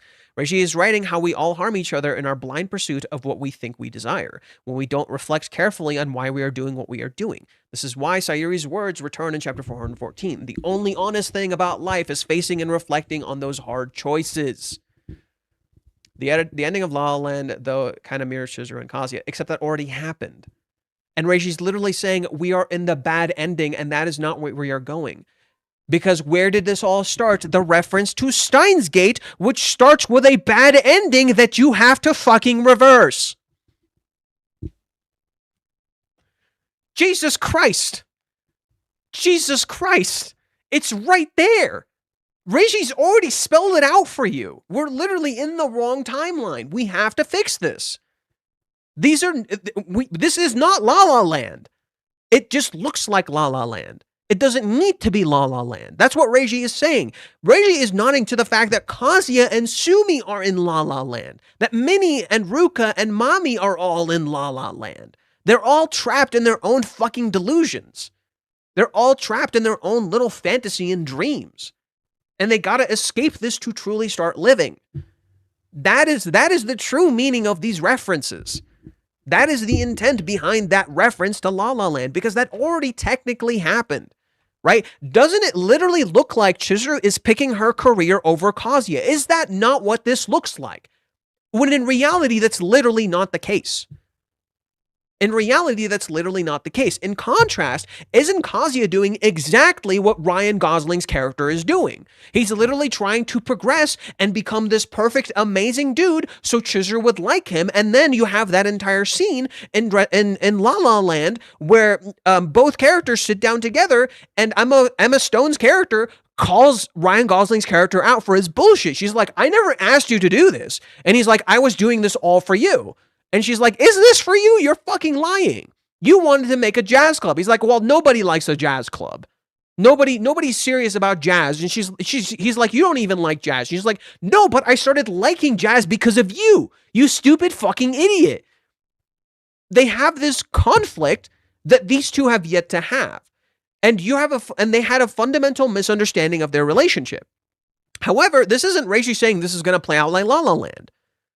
The whole point is that that's not what's happening right now. Chizuru is not picking her career over Kazuya. That was never happening. Whereas Kazuya is trying to become a person Chizuru never said she wanted. There is a parallel, absolutely. There is a parallel, abso-fucking-lutely. But it is literally the flip, intentionally so. It is literally the flip, intentionally so. This is not La La Land. La La Land is the illusion. The whole point of La La Land is why dreams are hard to make true. But you have to face that, because literally the whole point of Hawaiians is the end of dreams. The whole point of Hawaiians is the end of dreams. When dreams die, when we give up. And so literally the whole point of this arc in reality is to face the end, accept the end, and in turn get what you truly want. That is the idea. Kazuya is having his own La La Land with all these other characters that he's not ending his relationship with. And he needs to end that relationship in order to truly have what he wants, including Chizuru. He needs to let Chizuru go in order to truly be with her. That is what Reiji is setting up. He needs to let go of his idea of Chizuru in order to actually have the real Chizuru back. Because he doesn't have Chizuru right now. She's not here.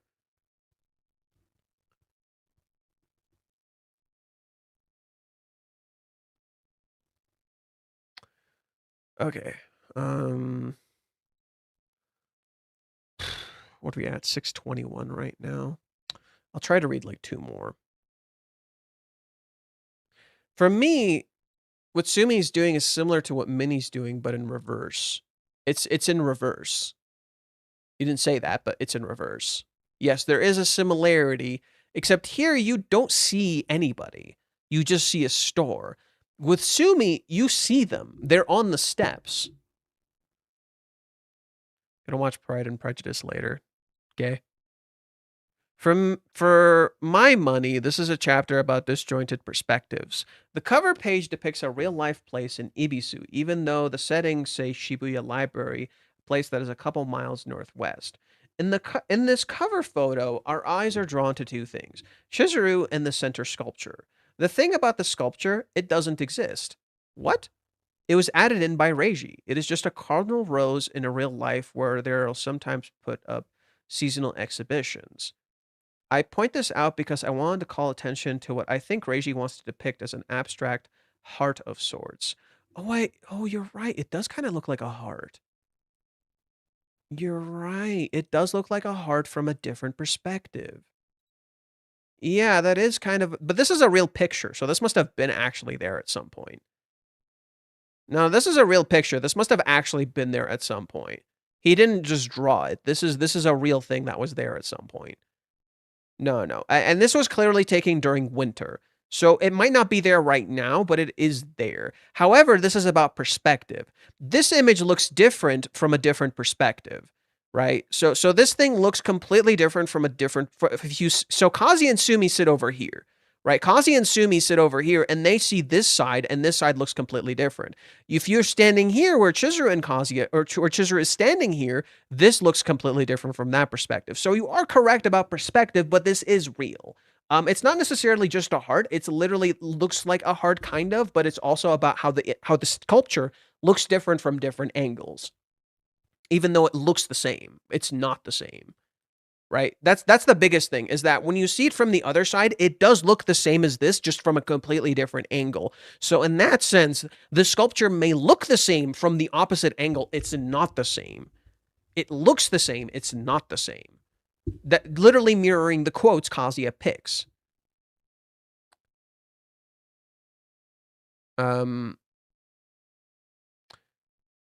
Let's see. Abstract heart of sorts. At the beginning of the chapter, we have Chizuru walking towards it from one end of the plaza. At the end of the chapter, we have Kazuya sitting on the steps facing towards it from the opposite end of the plaza. In this way, the visual metaphor seems to be that though Chizuru and Kazuya are separated by time and place, they are facing and moving towards the same place. What is love? And though they are coming at it from completely different directions, they are converging towards the same place. Even if in this moment it looks like they have never been further apart. Okay. I kind of like that idea. They are eventually going to come back to each other, so that is something I can kind of agree to. That's a cool idea. I like that. It's literally the whole theme of Kingdom Hearts, where it's like, despite no matter how great a distance you have with the other person, as long as you think about them, you'll eventually reconnect. That you're always connected to the person, even if they're literally not here. It's interesting that even though Chizuru is not in the chapter, she is depicted here as being an elm. Mom, I'm in the middle of something. يعني شو تريدين أسوي هسه؟ Okay. It's interesting that even though Chizuru is not in this chapter, she is depicted here as being an alignment with Kazuya, but Sumi, who is the one who's actually with Kazuya, is on a completely different page. Sumi understands the assignment to help Kazuya as find some words that will help you say the correct thing to Chizuru. But what Kazuya is actually trying to do is conveying his feelings to Chizuru so that she understands him. However, despite that fact, this is a bunch of famous lines from a bunch of famous plays, movies. You Got Mail, one is one of my favorites, and they're shallow approximations of what he's trying to get across. It completely overwhelms Sumi. Here is another instance of disjointed perspectives. In Kazuya's mind, these are completely cheesy things to say, something that only a handsome person could get away with, and it's those kinds of thoughts terminating cliches that have been keeping him from actually being romantic with Chizuru. So to have him actually practice this, though he feels is shallow, helps combat his learned helplessness that is incapacitating him romantically. Okay, okay. See, that's a good way of phrasing it. I can agree to this phrasing. It's a weird thing. It's this weird thing. A thing that is stupid and silly on its face being actually the key to start a change in perspective for Kazuya. What's funny about this lines and what's funny about the lines, they're like a snapshot of the relationship thus far between Chizuru and Kazuya. Saving a girlfriend from drowning like in the Titanic, being dumb but still knowing what love is like Forrest Gump. I always love you from La La Land being like Kazuya professing many times the 10 to 20 years he'd wait for Chizuru. He's gathered He'd gathered those 70 odd quotes in an hour at the library.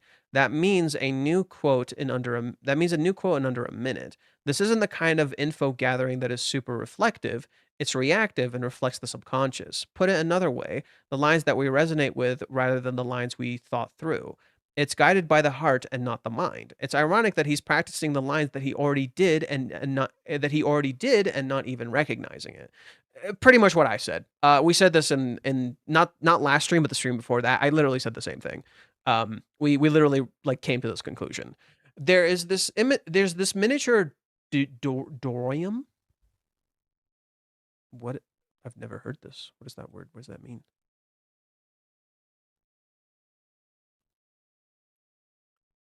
Search Google for dorium. A dorium is a replica of a scene, typically a three-dimensional model after full-size miniature. Sometimes doriums are closed. Okay. On this chapter and last chapter, thanks to some Japanese commentators, I learned that the Oktoberfest Dorium that plays once every hour. There's not much point to them other than to celebrate the happy and raucous time of the fest. Oh, he's talking about the toy box that moves around, while displaying the key symbols that help identify it as such. Maybe this is what Kazuya is practicing the lines to Sumi is akin to, a little trunected display of the love and happiness that was shared between Chizuru and Kazuya up to this point. And Sumi joins in that diorama. I've been saying it wrong. Diorama.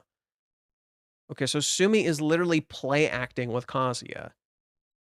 They're quite literally play acting like dolls. They're rehearsing like dolls. In my movies post, there is a 360 POV for you to look at IRL Yubisu Garden 2. Oh, that was yours? The movie post was yours? That's cool. This is why Sumi's nosebleed is so important. It completely contradicts his internal view that what he says and does won't have an impact. Sumi is Chizuru in that moment. We know from chapter 398 just how impacted Chizuru was by the culmination of the diorama of romance, but due to her Iron Lady facade, Kazuya has never been able to trust that he's reaching her, and so he's grown more and more doubtful of his self-worth. Except she's not actually putting up a facade. The facade is only with Minnie. Chizuru only lies to Minnie. And Chizuru only puts up a wall because she doesn't fucking trust Minnie. But she doesn't do that with Kazuya. She's trying to take off her walls. He thinks she isn't. My hope for next chapter is that Kazuya can start to see that he is in fact does have a enormous effect on the people in his life, a chance to reevaluate his perspective on this whole relationship with Chizuru. I'll lead it off with an interesting nuance of the next time. More than that person. In Japanese, there are many this adjectives. Also has a completely different connotation than when the listener is unaware of who the person being spoken about is, you see that. When both people are aware of, or you want, or you want to depict a sense of distance from the person being spoken about, you use that. Okay, so this should lead you. This should lead you to ask. So both Kazuya and Sumi know exactly who they're talking about, being Chizuru. Okay, which version of this was Kazuya using when speaking to Sumi about Chizuru, and also how about when Chizuru was speaking to Kazuya to Sumi on her birthday? In both cases, they use, huh. And Sumi even mirrored the usage when speaking to Chizuru. So just by this one change, one of the two things have to happen next chapter. Either Sumi needs to explicitly acknowledge they are talking about Chizuru to switch things to using that, or it had to be said about an entirely different person in an entirely different context. To that end, is there an instance in the story where characters use blank? Yes, chapter 175 in the text to Chizuru from Umi. Would be a pretty wild moment to bring Umi back. But this one choice of words puts it into oh my god, was my theory fucking on point? Oh my god, my theory was on fucking point.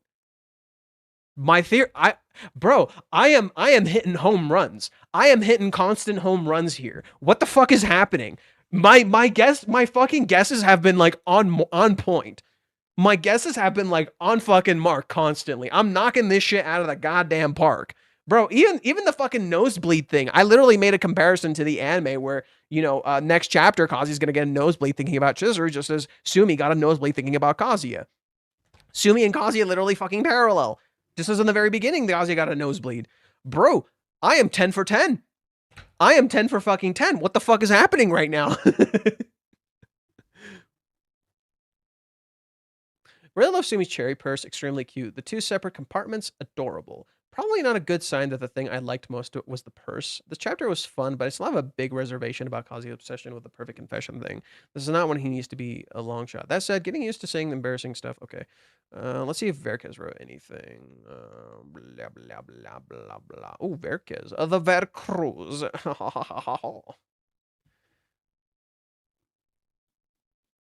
Okay, we'll make Varicus the last one, and then I'm going to call it. I have work tomorrow, and I'd like to rest. I'd like to take it easy. I also should probably try to practice some things. There's some things I need to take care of. So yeah, I'll make Varicus the last one. She could still show him an example of how to confess by confessing herself. Nope, she let him confess to her, just for practice, of course. Sumi wouldn't dream about him actually confessing, right? Let's see what I can analyze this time. The teaser last time was The Peach Blossom Spring, which is a story about a place safely secluded from the outside world. Kazi compared the library to this place when he said that it might be a paradise for untalkative people.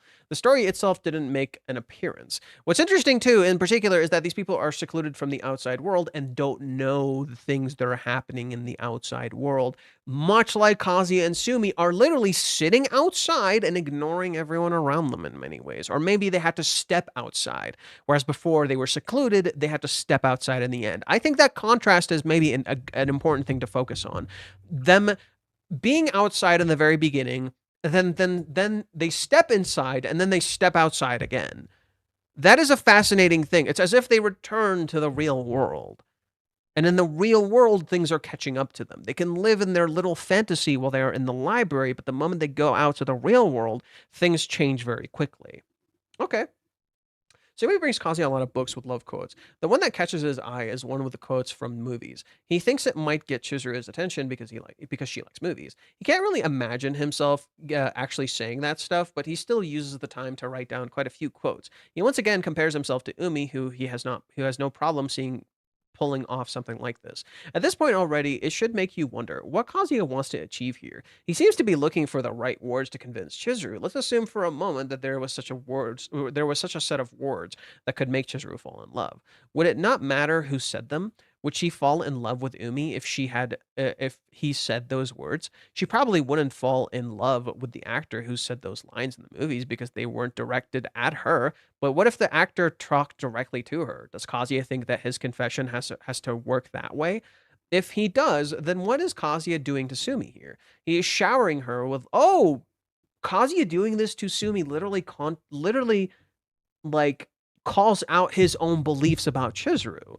That if he says the right lines, she'll fall in love with him. And if that line of logic is what he's thinking, then what the fuck's he doing with Sumi right now? Practicing these lines to her. And then Sumi literally reacts, just like he imagined. So what? Do these lines have magical powers? If so, why are you doing this to this poor girl? If he does, then what is Kazuya doing to Sumi here? He is showering her with love confession quotes from movies, saying them directly to her. Is he bewitching her? Is making Sumi fall in love with him because he randomly stumbled upon the right words to use for her? The fact that he carelessly tries out these magic spells with a person he doesn't intend to make fall for him shows that Kazuya can't actually expect it to work like magic. He literally doesn't believe in this. He knows it's bullshit. There are a few other instances that can make you question the validity of that magic working. Did Chizuru make Kazuya fall in love with her with the rental girlfriend act? Was that the spell that worked on Kazuya? If so, was it just that so effective that she can't seem to break the spell anymore? Or is that how Kazuya's love for Chizuru works? Did Ruka just not find the right spell to use on Kazuya? Would he fall in love with her if she found the right thing to say to him or the right way to dress, just like she was in the underwear store trying to pick out the right set of clothing, just as she tries to take off her ribbon to make him like her? She's literally trying to do the right magic spell to get him to fall for her. Damn. It's literally about robbing someone of autonomy, and you don't even realize that's what you're doing in claiming this is love. Damn. Reiji cooking. Holy shit. I think Kazuya would probably deny both of these things. He doesn't love Chizuru just because of the act, and he would never fall for Ruka no matter what she said to him. Yet somehow he seems to expect that it would work that way for Chizuru. But he should know that this isn't how it works. Either Chizuru is already in love with him, then either Chizuru is already in love with him, then it won't matter what he said because she already loves him, or she isn't in love with him, and then nothing he said would convince her otherwise, just like Ruka can't change that fact with Kazuya. In any case, what he says won't change what Chizuru feels. So what is he doing here looking up movie quotes? Instead of trying to change how Chizuru feels, shouldn't he try to figure out what Chizuru actually feels for him and work with what he gets? He might be surprised by what he finds. I want to mention one more thing. Kazuya chose movie quotes that roughly fit him, and one of them is especially noteworthy. I can do whatever you want, just tell me what you want, and I'll be there for you. Kazuya would give up everything to become whoever Chizuru wants him to be. He just doesn't know what Chizuru ever even wants. There is another quote from the movie that Kazuya could use. Would you stop thinking about what everyone wants? Stop thinking about what I want. What do you want? What do you want? What do you want? What do you want? What do you want? God damn it, what do you want? It wouldn't hurt asking, would it? Yeah, I mean, that is another thing that's also present in La La Land. It's like, what do you want? What next? The teaser for next time is more than that person. The sentence is not complete. The comparison is missing. It could be I love you more than that person, or it could be I rather want you to instead of that of than that person, or just I can be better than that person. It also doesn't say who is talking to who that person is. Chizuru talks that way about Kazuya, but you would prefer to an absent person you talked about like that. It could be used by Kazuya comparing himself to someone like Umi. Could be Sumi talking about the person Kazuya mentioned, or it could be Chizuru talking about Kazuya. Hey, didn't Chizuru say something similar on her birthday when she was asking Sumi? The movie is a treasure trove. There's another quote from the movie that Kazuya could do. The movie's a treasure trove, actually. This is just before the part I quoted above. It's not going to be easy. It's going to be really hard. We're going to have to work at this every day, but I want to do that because I want you. I want all of you forever, and you and me every day. Will you do something for me, please? Just picture your life for me 30 years from now, 40 years from now. What's it look like? If it's with another person, go. I lost you once. I think I can do it again. If I thought that that's what you really wanted, but don't you take the easy way out. Kazuya to say something like that, though, I would require quite a bit more understanding of Chizuru and her situation than Kazuya currently has. He would also need to be more confident, but I think it would fit relatively well here. Chizuru actually pretty much said this, kind of indirectly. Chizuru is afraid to hurt Kazuya. She's afraid that she might not be able to fulfill his expectations of those, or those of his family. She's afraid she might not love Kazuya enough. but she was asked what she wanted her life to look like in 10 to 20 years. She clearly already pictured that with Kazuya. She even told him on the date what life she wanted to have looked like. Kazuya wouldn't even need to ask. Yes, Chizuru already said this when they were talking about their kids. Chizuru clearly saw him with her. Kazuya's vision may not be so clear, and unfortunately, he is currently working by himself instead of working on this shared future together with Chizuru, which is what he actually wants. Chizuru could use that other quote on him as well. Kazuya is way too focused on what Chizuru wants to actually respect what he himself wants. The person in the quote above also mentioned that he would give up if he thought that was the other person wanted. Kazuya has not reached that point yet. He is not confident that Chizuru actually wants him. So he can't ask her to clearly tell him what she wants. He is afraid she might not want him, and he is not willing to give up if that's what Chizuru wanted. That's what I'm saying. That's literally what I'm saying. Kazuya needs to be okay with giving up if that is what Chizuru wants. He can't do that anymore. He was okay with that in the past. He's not okay with it anymore. And I think if Kazuya is willing to do that, he can actually be with her. Because what that does is remove himself from the equation. In removing himself from the equation, what that does for Chizuru is let her make a choice that is not hinged on Kazuya. She can do her own thing, and now she can act on what she wants. She wants him. Boom! Problem instantly solved. You have to be willing to remove yourself from the equation. If you can do that, you can have what you want. At this point of the story, I can see the La La Land ending is more fitting than the obvious one. The La La Land ending is a misdirect. I was explaining this earlier. We talked a whole bunch about this. The La La ending is a misdirect. In particular, La La Land has a lot of themes of... there's a lot of parallels between Rent a Girlfriend and La La Land, intentionally so, but it is not the same. It is literally not the same. In particular, there is a similarity in Kazuya, for example, pushing Chizuru, just like Ryan Gosling pushes Emma Stone's character, except Chizuru acted on her own. Besides Kazuya, and it's not Kazuya who's been pushing Chizuru; it's been Minnie. So basically, what you're being presented is that you are literally in La La Land. You're not actually in the real world. It's not you pushing her to do these things. You're not letting go of what you actually want. Other people are deciding that for you. So there is that conflict that happens in La La Land. There's a scene that I really like where Emma Stone's character literally calls out Ryan Gosling. Is like, hey, what are you actually doing this for? What are you actually doing any of this for? And he says he's doing it for her when that's a fucking lie. He's not. He doesn't know why he's fucking doing this. And he ends up causing like a whole fucking issue. But in many ways, that's what kind of needs to happen between Kazuya and Chizuru so they can get into the fight they need to. So no, it's literally, the whole point is that this isn't La La Land. The La La Land is the illusion. Because the whole point of that is that, remember, we quoted Steins Gate. We literally quoted Steins Gate. Steins Gate, we're literally in the bad timeline. And we need to reach the correct timeline. We're in the wrong place. If we're in the wrong place and we reference La La Land suddenly makes a lot of sense, doesn't it? Except, that's not the whole point of La La Land. The La La Land is literally about why dreams aren't easy. And how we have to be willing to commit to the things we dream and believe about. That is the point of La La Land. And that is what Ryan Gosling's character learns in the end.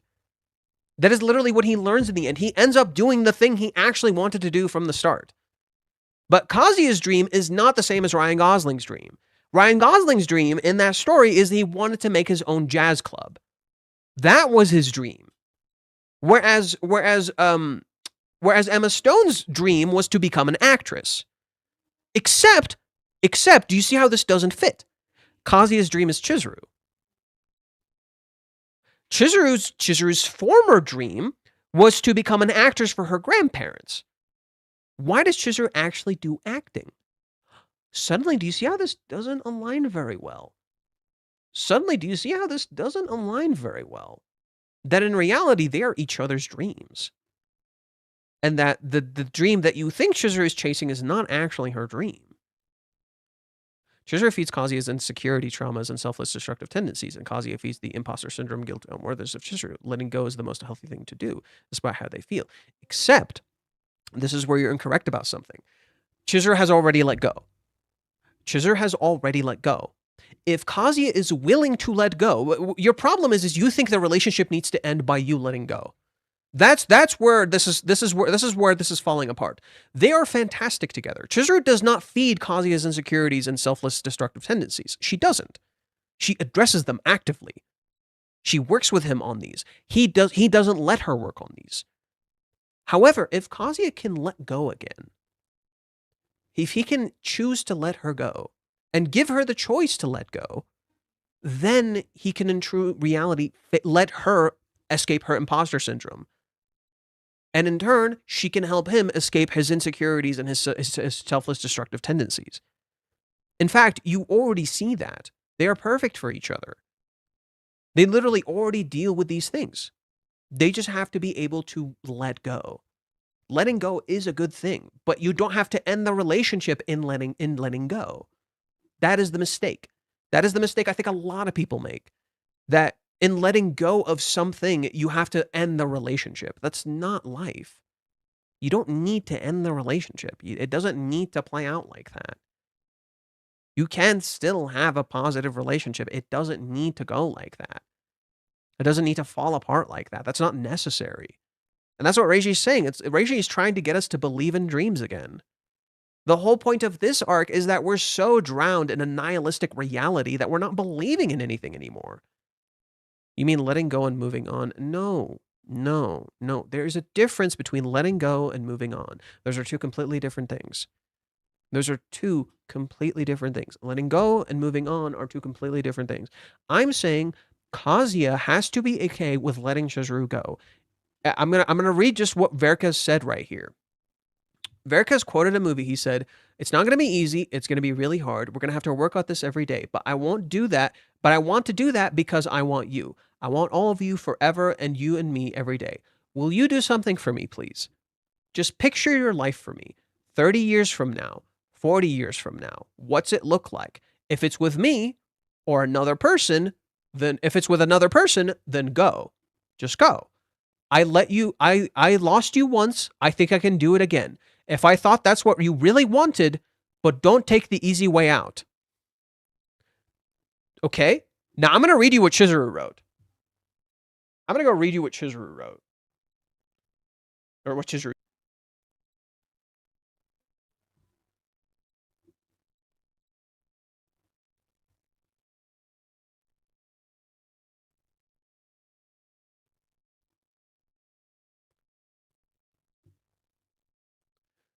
Being busy isn't a good excuse. Hardships makes the man. You need to put your best effort into both romance and hard work and your work. Don't get the wrong idea. It's not like I'm against it or anything. Not everything goes according to plan in life. That doesn't mean it's okay to not have one, right? That's why if we're together, I'd like to know what you'll be doing in 3 or 5 years. Will you be moving for work? How much time will you have off? What kind of company will you work in? What makes you stressed? How can I support you? How often can I see each other? What kind of life will we have? I mean, I would be your girlfriend, right? She literally said that line except for the part of letting go. She literally said this line except for the part of letting go. Picture your future. Is it with me? He doesn't tell her. Now, he needs to do that for her. He needs to do what she did for him. That is the point. Kazuya has to be willing to let Chizuru go so that she can make her own choice of wanting to be with him. Letting go as in letting go of the fear of losing Chizuru, giving her the choice to come back. Exactly. Give her the choice to come back. Let her decide for herself if this is what she wants. Don't do it because you owe me anything. Don't do this because you owe me something. Don't do this because you feel bad. Do this because you actually want to be with me like I want to be with you. Now it's real. And you have given her the choice to leave if she wants to. Now, Chizuru did that for him. Chizuru did that for him in the date. Right? Chizuru did that for him in the date. She rejected him and she told him, she said, "You can't keep loving me." And he just said, "No, I'm sticking through this." Now Kazuya needs to do that for her. I want you, but I want you to want me too. That comes from a sense of self-respect. Sumi and Kazuya are both fundamentally missing self-respect. Like, very deeply. Right? I was talking about this in an earlier stream where I was talking about how, like, Sumi, when you see her in the previous chapter, when she's walking in the page, she's literally to the side, right? All these people are, like, talking about her. When she's walking right here, she's literally to the side. She's not in the center of the page. There's a lack of self-respect. Then when she's with Kazuya, she's literally placed dead center in the page, right? This shows how Kazuya centers Sumi and sees her, but it shows how here, when Sumi's eyes are open, there's an element of a slight lack of self-respect because she's letting these people's words get to her. So how is Kazuya going to gain his self-respect? I don't know. I don't know. But he needs to confront, I think it has to start with what he's done to Chizuru. And I think Chizuru could maybe give him that self-respect. You know, I think Chizuru could help him and give him that self-respect, because that's what Chizuru really needs to. I think Chizuru needs to see Kazuya's pain to help him, and she just doesn't know he's going through a lot.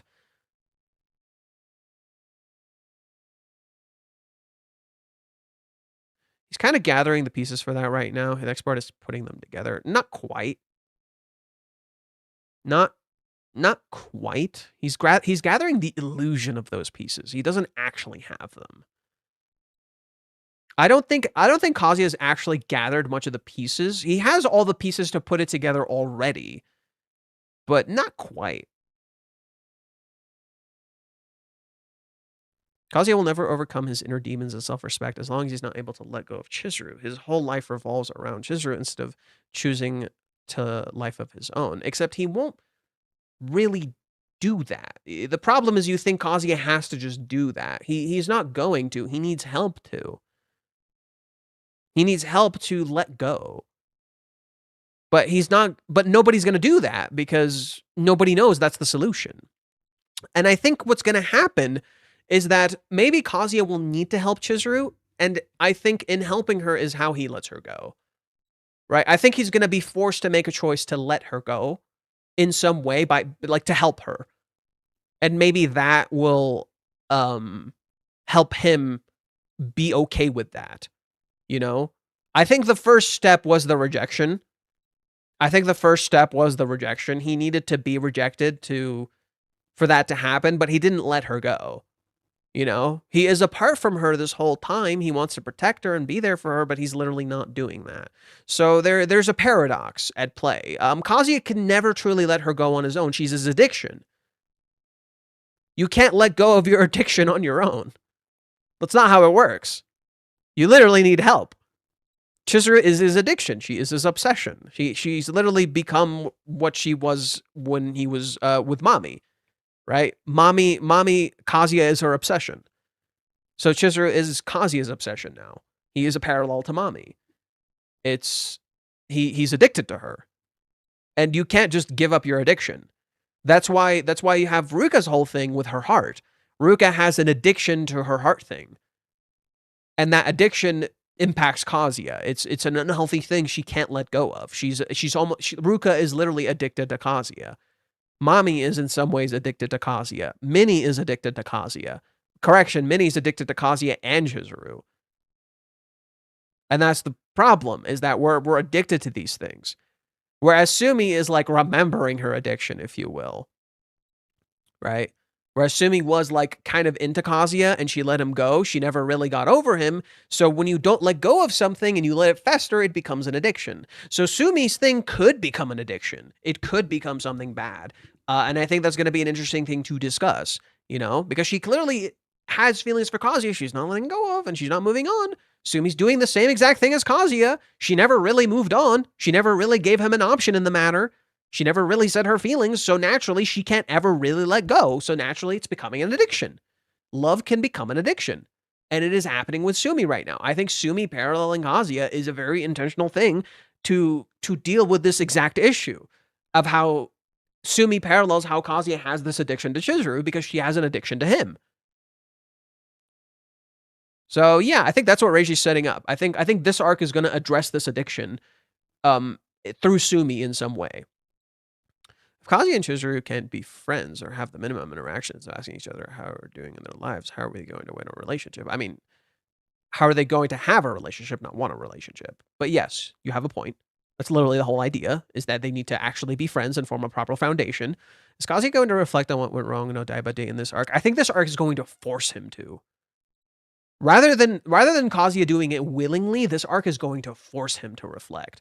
Because I think what's going to happen is he's ultimately going to be put in the position Chizuru was in with Sumi. He's ultimately going to be put in that position with Sumi. And I think maybe Sumi might try something like that, where, you know, offer him the chance to move on or something.